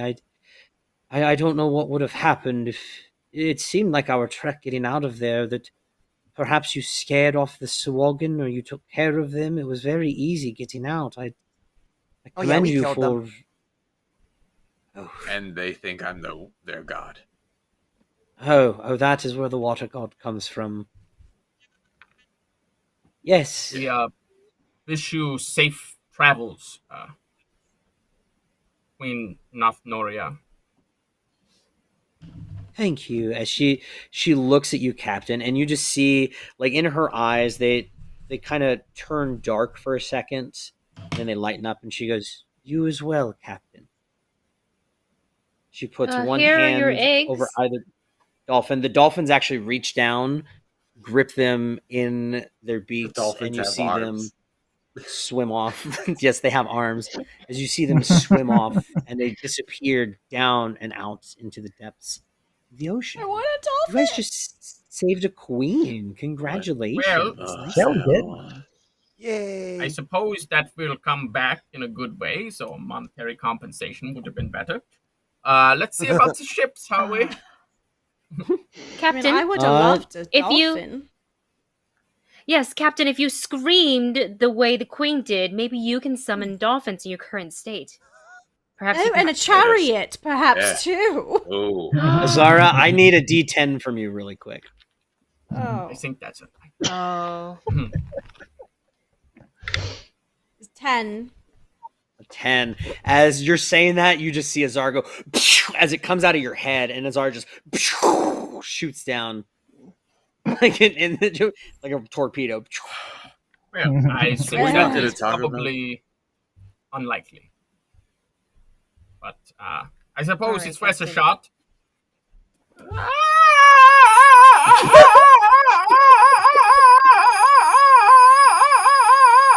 Something like that, I think. I suppose we wait now. I look for dolphins. Me too.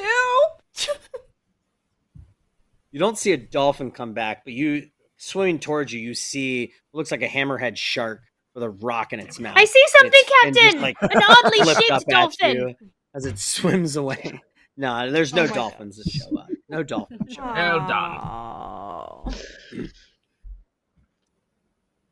Maybe Well, I another suppose time. we should return to the Siren song and see about fixing this ship. Well, we gotta What check about on that? Doug. Yeah, Doug. Doug. It's not a Oh, that, yes, of course. Bennett. Oh, yeah. I will return to Doug and see if he has fished out the thing. I can swim, so it's not a big deal. I shall assist you. You need a guardian. Yeah, I was just like, I am not I that mean, old or increpid. I am more than capable of No, checking on you're Doug. you're Well, we're all gorgeous gonna now, go. but you need someone else. Yeah. Oh, we all go. Yes. We all crew. We'll just be swimming slower than the captain. He's like, We'll catch up to you. And he's like, boom. 15 swim speed. And Anyone else everybody- notice everybody's how heading hot back? Captain Yeah. is? Yes. Sure. Captain, as you get back, you actually get back to this hole, and you notice that it's a crevasse leading inward into the rock. But you'd have to squeeze through. It would definitely be a little bit harder for Bennett and Lockhart to squeeze through, but the rest of you could make it. Well, I guess I'll squeeze through and see what's up. Sure. So, Captain, I'll wait you outside. pop into this cave. You are ahead of everybody else, and near the back, this cave is darkened. It's pretty actually pitch black in here. I got my light. Pull out your light. Near the back end of this wall, you see this giant anchor just stuck into the soot. And then you also notice that there's a chain wrapped around it. And also within this chain, you see what looks like a corpse chained to this anchor. It's wearing this black, completely, like almost half disintegrated coat. It still seems like there's a little bit of like squish in the face of this creature, like it hasn't completely decomposed this body. But you do notice as well too, it's got some like gloves and belts, everything that's on it. It looks almost like captain's attire per se, like really looking at it. But it's really hard to see. But you do notice one other thing. You notice a necklace hanging off of it. It looks a lot like the necklace that Lockhart is currently wearing. Okay. I'll give it the old detect magic. You don't really detect any magic from it. Do I, looking at this potential captain, it looks like he was chained to an anchor and, like, left here? Or is it, like, the ceiling, something where he could have been, like, dumped down here? No, it look. Give me a knowledge local check. 13. 13. That's enough because you have heard of like ways that like mutineers or anything, like you've heard of torture from people as well too. Being drugged underneath a ship, walking the plank over shark infested waters. One type of torture that you've kind of heard, you've never really seen it implemented before, you have heard about it in tales, is a lot of times mutineers or crews have mutineered against a captain or something. They will chain them to anchors, drop them in the water, but first they give them a potion of water breathing so they can breathe while they're underwater. And a lot of times they will wait for the potion to lose its effect. And the person chained to the anchor will drown. Blackbeard. So does it look like is this open ocean, or was this anchor like dragged down into this room? It looks like it had to have been possibly drugged down into this room, but the anchor is completely rusted. I guess I'll like take a look at like search this corpse. Maybe see if there's any like etching on the anchor so we can tell what ship it came from. But then I'll yoink this necklace. Yeah, as you look at the necklace, it's definitely made out of this deep platinum, but it's shaped. It looks like just like a conglomeration of like flukes and tails and tentacles, like it's been carved into the shape. And as you look at it, I need a will save. Ooh, not good. That is an 8. 8. Dun, dun, dun. 8, you'll say. I do say. Captain, you feel your body tense up and freeze as you are shaken. And as you're staring at this pendant, you see the head of this thing float up. Its eye rolls around and it looks at you. And it tries to grab you. Against your CMD, that's going to be a Michael Jordan, a 23. Well, that'll beat that. As it grabs you, Captain, you hear it moan as it reaches you closer to him, as it presses its lips up against yours. And you feel water shoot back into the back of your throat. I need a fortitude save. Do not consent to this.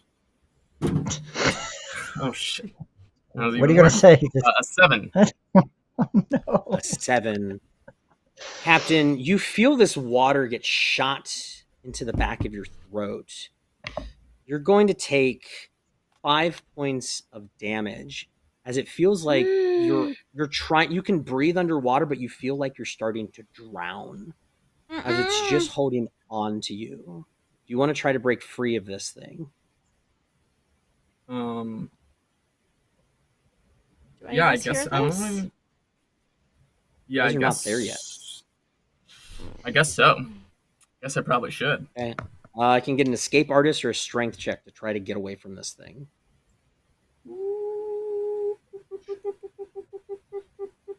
Looks like strength is going to be the way to escape artist check.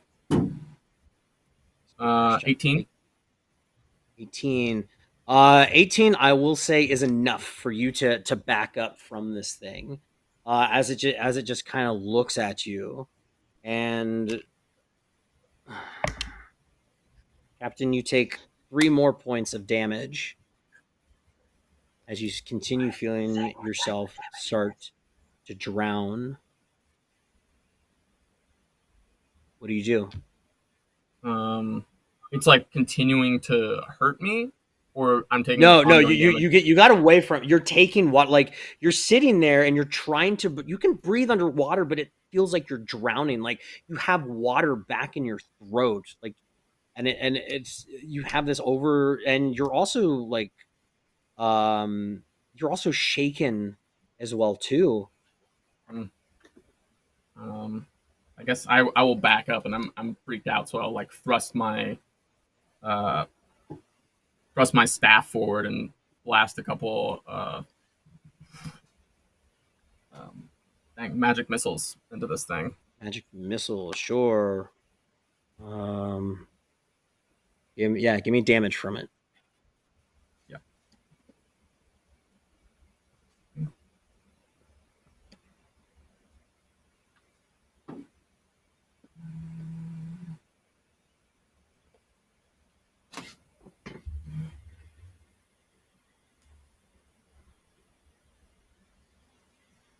What you got, Captain?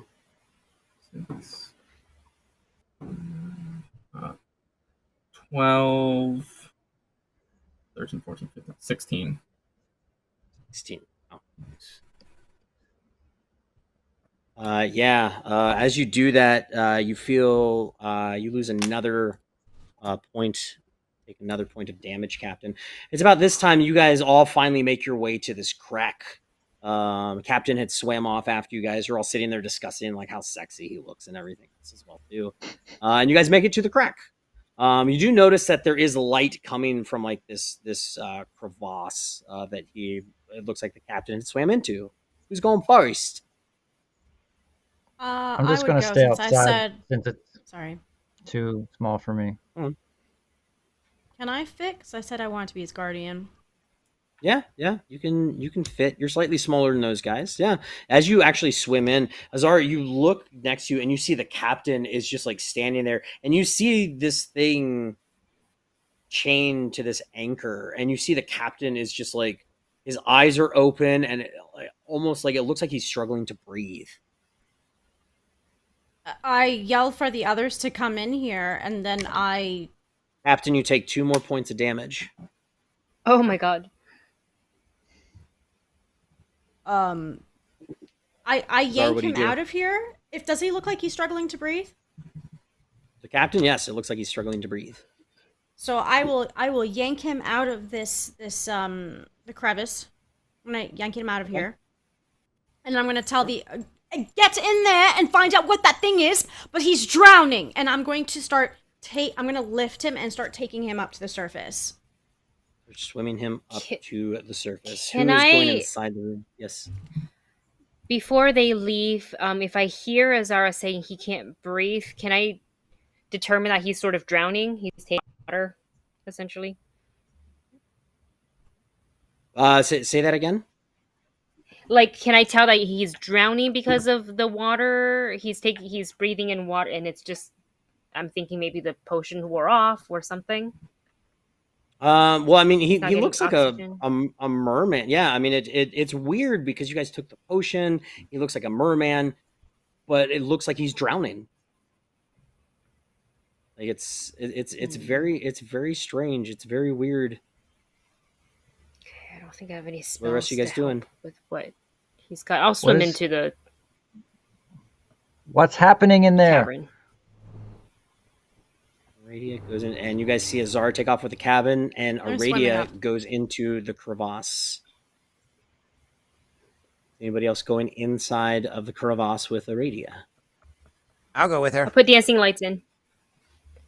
Lights. You guys see Aradia, and then Eek follows. You guys get in there, and you guys just see this body just hanging there, tied to this anchor, totally motionless, not moving at all. Zara, as you're swimming, the captain, you take 3 more points of damage. Can I swim and heal him at the same time? Yeah, you can do that. I'm gonna try and heal him. I'm gonna do cure, my new one. Cure serious wounds.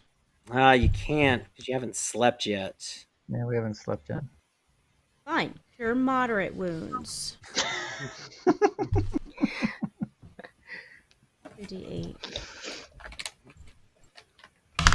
Dice. Eek and Aradia, you see this thing just floating lifeless. Lockhart and Bennett, what are you guys doing? You could, if you tried, you could squeeze in, or you can go with Zara. Yeah, I'll just hang. Yeah, I think I'll go with Azara. I'm Okay, I'm too big back. for this. Lockhart, place. what are you doing? Are you I'm going gonna go back with with him?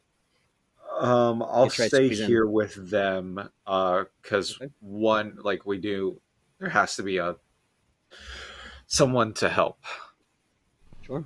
Yeah. Eek and Aradia, you guys are in this room. This thing is just like sitting there floating. It looks like an old guy just wrapped on an anchor. Well, that's the Oh, only how thing that could have terrible. done something to the captain. It's lifeless right now. It's fine. I am going to. What do I have? I don't think I have anything that I can. Let's do the old-fashioned thing first. I'm just gonna take All right. a crossbow, and I'm just a plain old crossbow. I'm just gonna be like. Oh, that's the way to do it. What if shoot this him from person's a far away. prisoner? Yeah, give me some damage. Eek. Oh, I don't You even shoot a have crossbow. to. That's just a D8, I think. Ah, cool. 7 plus stuff. So I know I get like +2, so like 9. Yeah, 9? +2. No, wrong. Okay. That's for. I keep on getting my harpoon mixed up. So yeah, just 7. Just 7. Thunk. Just 7. Okay. Okay. As you do that, you hit it. You see its head roll up as it opens its mouth. It's alive. It's alive. It's not dead. It's not dead. I need a will save from the two of you. Oh no! Son of a. We were as far back as we could go. Will. Ah, fuck! Out of all things. 17. Oh, well, yes. 5. 17. 21. That's a 19 on the die. That's you guys are fine. As this thing just wails at you, you like feel yourself just like frozen with fear for a second, but you're able to shake it off. Azara, you're swimming you gave Captain some healing. Captain, though, you're going to take 4 points of damage as you continue to feel like you're drowning. Azara is swimming him up. Bennett as well too. Trying your darkness to get him back up. Eek and Aradia, what are you guys doing? I'm gonna start backing away and towards the way out of the cavern, and I'm saying, "Hey, Eek, I think it's time to do that boom boom bye bye thing that you want to do." I like boom boom bye bye. Good idea. Go first. Boom boom go first. bye bye. As okay. Aradia, as soon as I see Aradia all the way through, I'm gonna go through as far back as I can, and then shoot a bomb right at the thing as I'm swimming out. Sure. I think technically a light crossbow has a range of like 80 feet. Yeah, no, this is a small little cavern. Official, am I rolling an attack or? No, I mean this thing is it's chained to this anchor. It hasn't moved towards you at all. But yeah, I'll say you get the shot off. Actually, no, roll for it because you could get a 20. Oh, all right. Unless you roll a 1. Nah, do that. That's a 7 plus 6. No, that's sorry. So that's a 14. 14. You don't hit it, but the bomb goes off. It goes and it flies and it hits next to it. Now, Eek, misses, can you choose to have bombs explode? Or they're just duds if you miss? Technically for projectile, missile projectile, it's called, what is it? Exploding projectile. If I miss, technically it's an inert bomb. Gotcha. Okay. Yeah, as it just looks at you and it raises its hand up at you, Eek. Azara, you get the captain closer, but Captain, you take 2 more points of damage. You continue to feel like you're drowning. Azara and Bennett, you guys are just holding on to him, trying to get him up, yeah?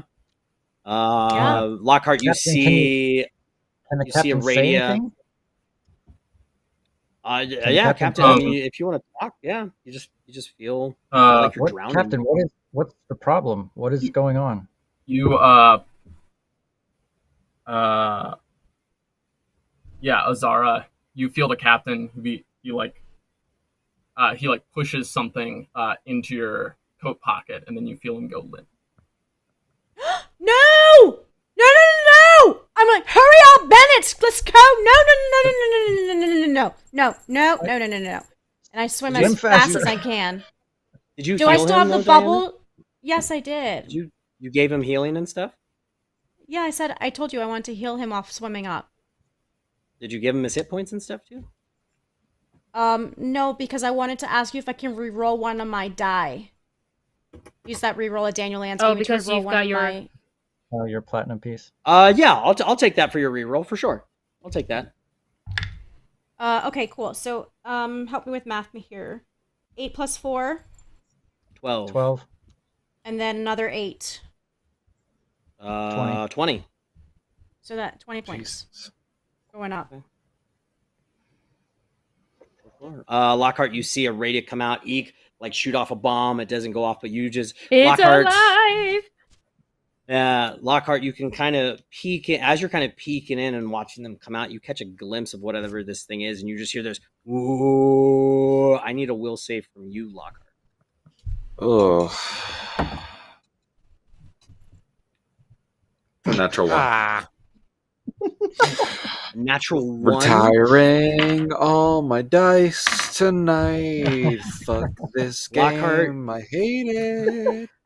Lockhart, you are paralyzed with fear. You hear this. You cannot move at all. Zara and Bennett, you start getting the captain. Captain, you're going to take 3 more points of damage. All right, this time how close are we to the ship? You'll get there in a couple more rounds. Okay, all right. I'll continue to heal if I have to. Yeah, I mean, you can heal him again if you want. I mean, heal him again if you want. I've got more Very charges. useless in this state. What is the healing versus I'm not doing not like that. double move thing, right? Because you can't give me heal and also Yeah. So it'd be 15 feet increments every time you heal. Well, you've also got Bennett as well too. So Bennett's like kind of dragging you guys. So it's kind of okay. It's. That's why you have a swimming buddy. 16 more points. 16 more points to the captain. I'll be taking I'll take the captain. You heal him while you're swimming alongside me. We'll do it that way. Eek, you wanted to shoot off another one? Yeah, but this time I'm not aiming for the creature. I'm just aiming for the tunnel. Okay. I'm aiming for rock. I'm assuming that has a much lower AC. Oh yeah. If you want to shoot the rock, so you want to cause a cave in this tunnel. Okay. As long as you don't roll a 1.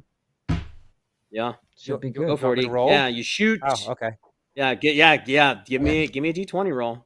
Make sure you don't roll a 1. That's a 16. 16. Yeah. Like down in this little tunnel, it explodes, and Eek, as you're just like the last little bit of a radius taco light starts to dissipate as this thing just looks at you. It is now cut off again, and you guys look back, and Lockhart is stiff. I slap him across the face. Snap out of it. He doesn't react. Captain, Captain, you guys make it out the hole. Captain, you take an additional point of damage. Copy. You can radio. You got to try it. What do you got to try to do? We will start trying to drag Lockhart out of there, and Bennett's with us, right? Yep. No, Bennett's with me. me. No, it's not. It's just me and you. It's the so I need ones. strength checks from the 2 of you. Oh shoot. Well, fine. Then in that case, I'm going to make a potion of enlarged self before I start trying to drag Lockhart. Yeah. Potion of enlarged self. And I'm going to use a straw to drink it. Perfect. Yep. Yeah, give me strength checks from the 2 of you so you can start dragging his body. Don't use a straw, save the turtles. It's made out of bamboo. Okay, good. Haha. Reusable. Plus 2 to my strength. Good. Extra strength. My strength ain't too bad.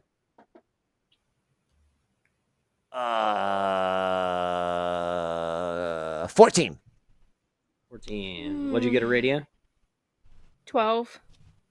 Oh, did you guys you're able to pull Lockhart, but then he's just he's almost just like dead weight, and you guys can barely move with him. Captain, you take 3 more points of damage, but then as you suck in one final time, like the water starts coursing through your gills, and you can breathe again.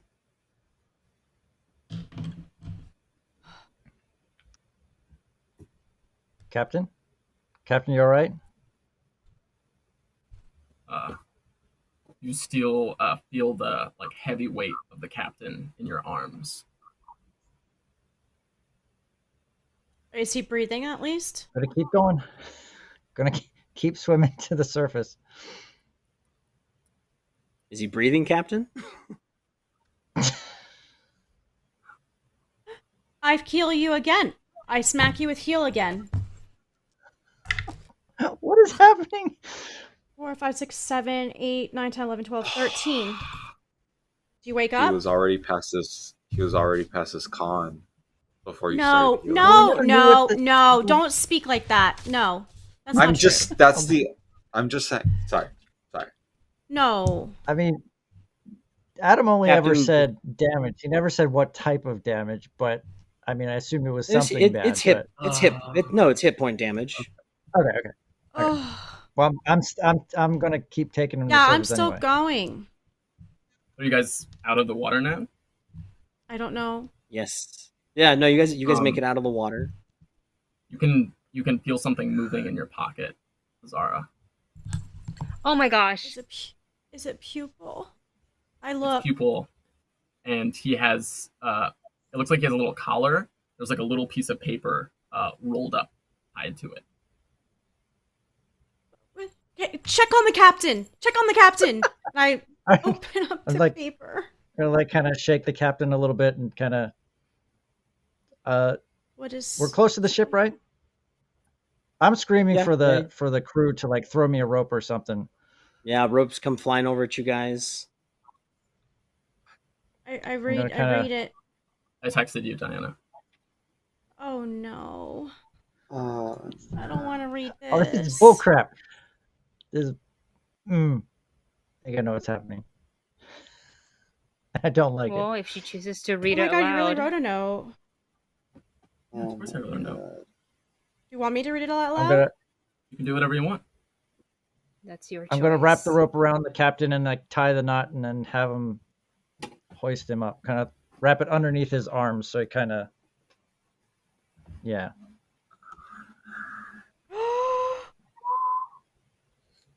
No, don't say that. What's it say?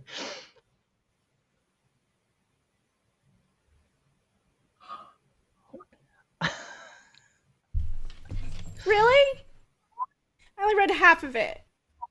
Alright, I'll read it. Azara, if you are reading this note, I am gone. Do not waste time mourning my passing. The new look, is that new? Crew.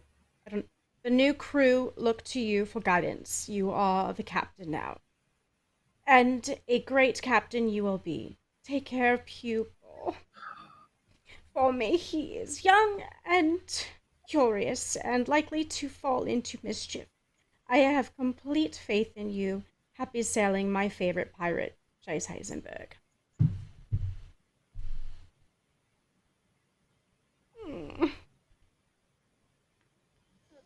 As you guys cross the water, you see just the brothers hop over the side, start grabbing all of you and start pulling you up. The owlbear like looks down and he's like, "What happened? Where'd everybody else go?" Lockhart, you're able to start to move. Eek and Aradia, you guys are fine. But then a little bit, you kind of start to hear this rumble as like some of these tunnels around you guys start to collapse. Just in this one little section, you guys swim through the main section. You guys make it out. A very faint moaning happening in the background. You all crest the water, make your way up onto the top of the ship as the brothers and everybody is standing around the body of the captain.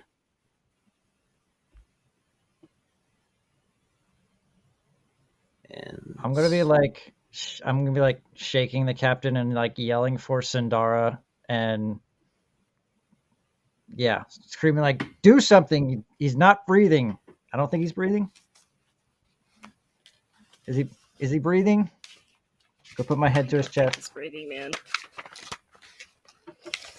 And I'm gonna smack the captain, shake him some more. No, this cannot be how this ends. Captain, wake up! I think Lockhart's he's gonna come next to Bennett. He's gonna like help him up and like hug him. No, this is not how this ends. He's like, no, he's gone. Man. He's gone.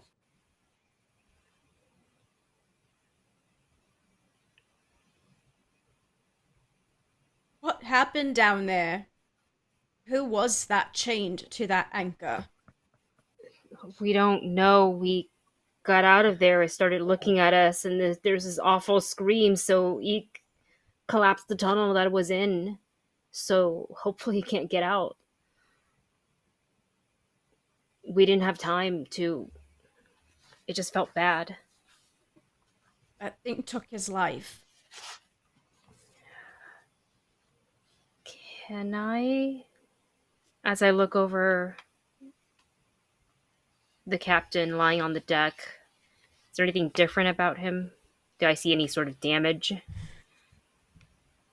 Wounds? Because I wasn't in there when that happened to him, so... No, there's no wounds. You do notice that his tail has parted back to wearing his pants and his boots. Oh.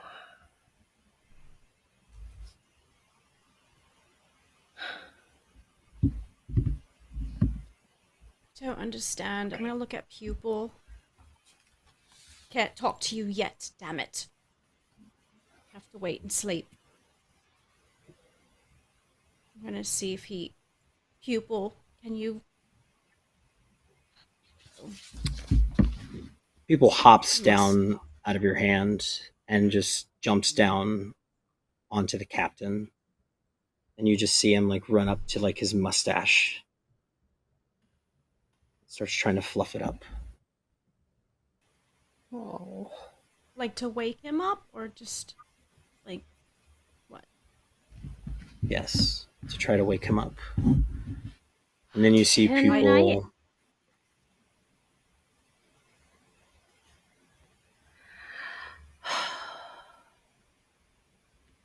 Am I allowed to do something as Sindara?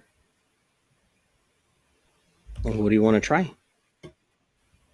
Gentle repose?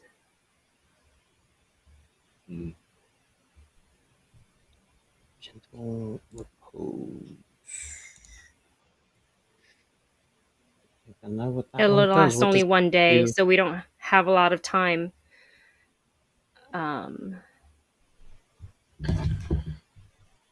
Well, what does that actually do?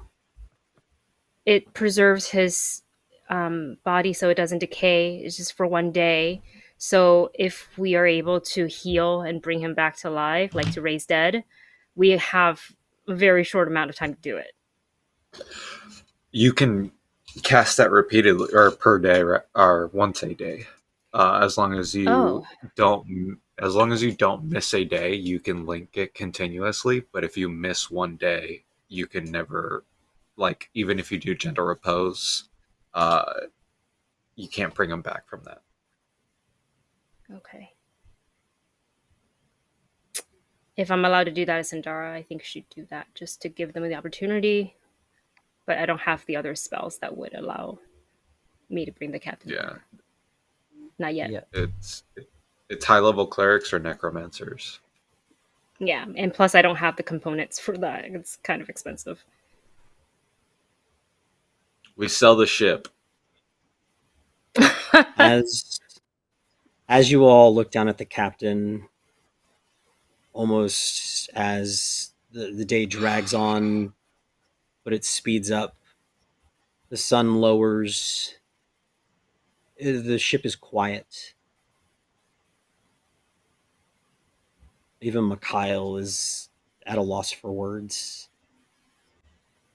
But you all take a rest as much as you can, sitting around on the ship. The sun comes up the next day, glistens off of the golden tooth in the skull. Everybody kind of starts going back to work, setting sails down, moving rope. And Leandra walks up to you, Azara.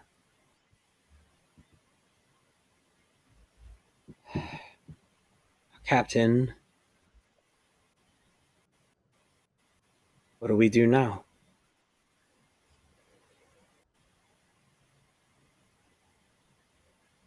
That. Going. Aye, aye. As he turns and looks at everybody and says, "You know what? You heard the captain. Sails down." As the wind starts to blow, the rest of what he starts saying to everybody gets lost upon the breeze. As the crew of the Siren song starts setting sails and being ready to leave Manchester Cove. That is where we will stop our story for this evening. Why are you clapping? Don't clap. It's the end of the season. You don't want to clap for the end of the season? No one celebrate the end of the season. End of the season. Yeah. Yay. Wow, guys. Rossi, that sorry guys. I was Wow, that was really powerful ending. On that too. Yeah, no, that was crazy. Good job. Wow. Everybody. Yeah. As much as that sucks, he really did drown. Yeah. I asked Rossi in a text message, do you want us to stop trying, or did you really if you die? drop to -1 when you're drowning, the next round you drown. And did you do that before she was able to heal you? Yeah. Oh. No. I guess that's the risk you take when you're a wizard and you're low health points and you go out of the group into a cave by yourself. But, Scheiss Heisenberg really convinced that he's a young man. Oh, I'm sorry, Stardrew. No clap. I take it back. Yeah. Guys, I know that was rough. Everybody out there as well too. Thank you guys for tuning in. One thing, we always said a lot as well too, especially when it, a lot of us have dealt with character death with these shows, and that is hard to see that happen to the captain, because the show itself too was a really big beacon for all of us, and it's the first time we've dealt with this in this game because we started it back in 2020. Yeah. Sorry, I'm kind of. It's very powerful, very very very great, and everything too. It's hard to kind of wrap my head around that too, because this has been it was a real saving grace for all of us the past couple of years, and to see that happen to the captain, it just means Rossi, you got to think of something else. Scheiss is so cool.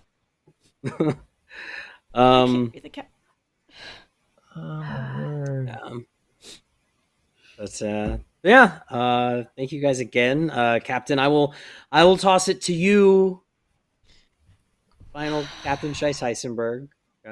Say your goodbyes, your hellos, and let everybody know what you've been up to and what's going on. Hey everybody, I'm Philip Rossi, and if you were moved by the death of Captain Scheiss Heisenberg, that's awesome, because that's part of the reason why we do this, is because there's something real that gets created when you play tabletop role-playing games. You get to create a role, but part of that is the tough stuff, the sad stuff, the stuff that hits you.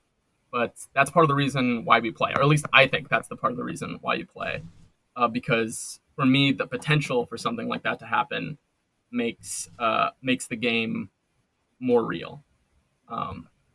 And I don't know that I would enjoy playing a game where there were no stakes. 'Cause how can you have great moments when nothing bad could ever happen? So I know you may be upset, and I think a lot of my fellow players are upset. But personally, I think like if Scheiss Heisenberg had to die, I would much prefer him to die in this dramatic fashion than to just be offed by a random punch or fall off a ship or fall off of a climbing expedition. Any of those things could have happened at any point because he is an old man. So although it's tough to say goodbye, at least for now, to a character, I think there could be no more fitting time than our series finale. So I am happy about that in that respect, but I am sad for my fellow players. Anyways, that is not the question Adam asked me. What Adam asked me is, who am I? And I'm Philip Rossi, and this is our season finale of the Voyage of the Siren Song. But you can find me sometime very soon on YouTube, I believe. We are having our second season of Harbingers with Gone Rogue Entertainment, something that I GM'd just this past week. It's all pre-recorded, so it's being edited right now. You get to feel the people back in the same room, which was very exciting. And I played it with Diana and Adam, and I know I can't speak for them, but I had an amazing time. So look for that coming sometime next month, I believe. And let us move over to the new captain of the Siren Song, Miss Diana Restrepo. Oh my gosh. Ugh, Adam, I hate you. I'm not talking the rest of the night. What did I do? You killed the captain! I thought this was Rossi's way of going, I need a break from the show. Me too. I was thinking the exact same thing. That's what I was like, okay, fine. And then I texted Rossi, I'm like, did you really die? Or you want me to stop trying to revive you? And he's like, no, I really died. I'm like, that just broke my heart. I'm like, oh. I've witnessed too many character deaths in all my games. Anyway. I'm Diana Restrepo. I love this group so much.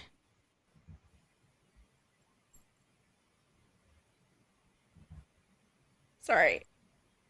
Oh, Diana. Like Adam said, this game has helped a lot. So, the pandemic is not easy. And this is such a nice escape. But I know that we're slowly starting to open up and things are starting to look a little bit more brighter on the other side for COVID. So, but yeah, it was nice filming Harbingers in person. It was really nice. It was weird at first because it's like meeting people for the first time again. It was just really weird. And playing together for the first time is really odd. And then we got into the groove of it and then it just felt like it was how all the years have been. So yeah, so everyone look out for Harbingers. That should be next month. Tomorrow, Adam and I will be on the Norse Foundry channel for Duskfall, our Blades in the Dark game, where I play a creepy character, and she's a lot of fun too. And there is a lot of killing, but that killing I can laugh about.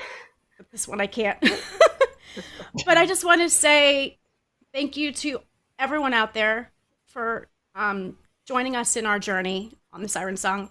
Because out of all the games I truly play right now, this one means the most to me. Not because it's saved our mental health during COVID, but just because this is my family.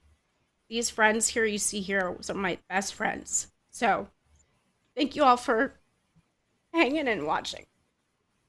Dustin, take it away. I have to take it away now after two very moving speeches. Gee, thanks, guys. No pressure. But yeah, hey, everyone. I'm Dustin Zaney. I am one half of the movie couple with my beautiful wife, Wendy. And this game, yeah, like everyone has said, this has been a game that has been a part of our lives and a saving grace for so many years. And we're glad that we were able to share it with you. It has been it's gonna go down in history as one of those games that you always remember. It's not just the game, it's not just the people, it's just not, I mean, it's the time of the that it had in your life. So I really thank you guys so much for being a part of this. Thank you for helping me. I mean, it really did help us through a very hard time. Um, and yeah, thank you all. It's I can't really say more than what has already been said, and I don't think I could say it better than it's already been said.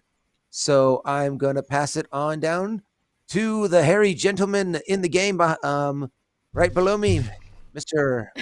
Bennett Ishmael. Thank you very much. Yes, my name is Brent Horst, and I play Bennett Ishmael, the knife fighter. It didn't show up too much, but he's a follower of Pharasma, the deity of the dead, really. And I'll see if I can do something about that. No guarantees, but that was, yeah, that's gonna. He will have some words the next time we play. So, yeah, that's kind of. I agree with Rossi that that's probably one of the better ways of finishing a season is something like that. Preferred it not to be like that, but something like that just is very good for. It's impactful, and that's what's kind of that I've enjoyed about games like this. So, yeah, loved sailing with Captain Scheiss, and yeah, we'll see where the crew goes from here. But thank you all for joining us this season. It was a lot of fun, and go for it, Wendy. Thanks, Brent. To echo Diana's sentiments and Rossi's sentiments and Adam's, this game we started at the beginning of the pandemic. It was just a giant group text like, hey, like we're all stuck inside. Do you want to play? I don't really share this publicly. These guys know because, we've been playing this almost every weekend for the last 2 years. So I just actually took a look back at the calendar for 2020. This game started August 11th of 2020. It was the day after I lost Falcor. And I remember telling you guys at the top, and then I had I didn't know James, I didn't know Rossi, and I didn't know Brent. So it was just there, and they asked, you sure you want to play? And I was like, I definitely need the distraction. It was also the same week that I lost my job. So everything kind of came crashing down. So this game has been a saving grace. So I am so glad I met everybody here. I'm so glad that we were able to get away from reality by playing these characters and get, so deep into these stories. So I'm just grateful that we got to tell the story, and I'm grateful that we had the opportunity to share that with you guys. And to more fun stuff, you can look, there's one more episode left of The Dice is Right. Not tomorrow, but the following Monday. We did figure out how much a Franklin costs, but we are not yet freed from the town and these games. So stay tuned and tune in on Monday right here on the DAT Network, 6 p.m. PT, next Monday, to find out if we make it out of the town. And then my name is on my social, so if you want to find me everywhere else, just type in my name. Something will come up. Take it away, James. Thank you. Hello. My name is James Chu. I play Lockhart the Redskin Raven, Tiefling Magus, who is probably going to blame himself for the death of Scheiss Heisenberg. He is the reason we went to this deep platinum. He is the reason we dug into it. And his last conversation with Scheiss Heisenberg was him hiding the necklace from the group. And he'll never get to talk to him about that. And I think that's starting to wash over, and we'll see how he'll deal with that later. Well, that was it for me. You won't see me on any other shows for a while. Enjoy it while it lasts. No, I'm kidding. It's been a lot. Yeah, it's sad. I don't know how else to reiterate that. I will go cry after we're done here. Adam, take it away so I have to stop talking, please. I don't want to talk. Yeah, guys. Again, thank you guys so much. I didn't expect that's how our season 2 was going to end, and it did, unfortunately. But that's how stories. That's how a love of storytelling and doing what we do just makes us love it even more. And you guys, I was so happy to bring this show to bring it out to you guys, because this was something that we all wanted to just share with the world. It was something that we all had so much fun with, and I am so blessed that we got a chance to do this. And I don't know when we'll be back, if ever. But we'll see. Be on the lookouts for socials and stuff. Like there's a lot of background stuff going on over at the Dat Network. We've got one more show of Dice is Right. Shambhala has its season finale this upcoming Friday. There is no Avatar this week. It will be back the following 2 weeks, and then, like Diana said too, you can also catch us over on Norse Foundry tomorrow night. Thank you guys again so very much. Tons of love to all of you. Dat fam, best fucking fam that there is. I don't care what anybody else says. Nobody can touch anything that we all have here. And I'm so thankful for all of us to be all a part of this. And I absolutely love all of you. And yeah, we'll set sail and see you guys on the horizon. Love you all. Love you guys. Bye, everybody.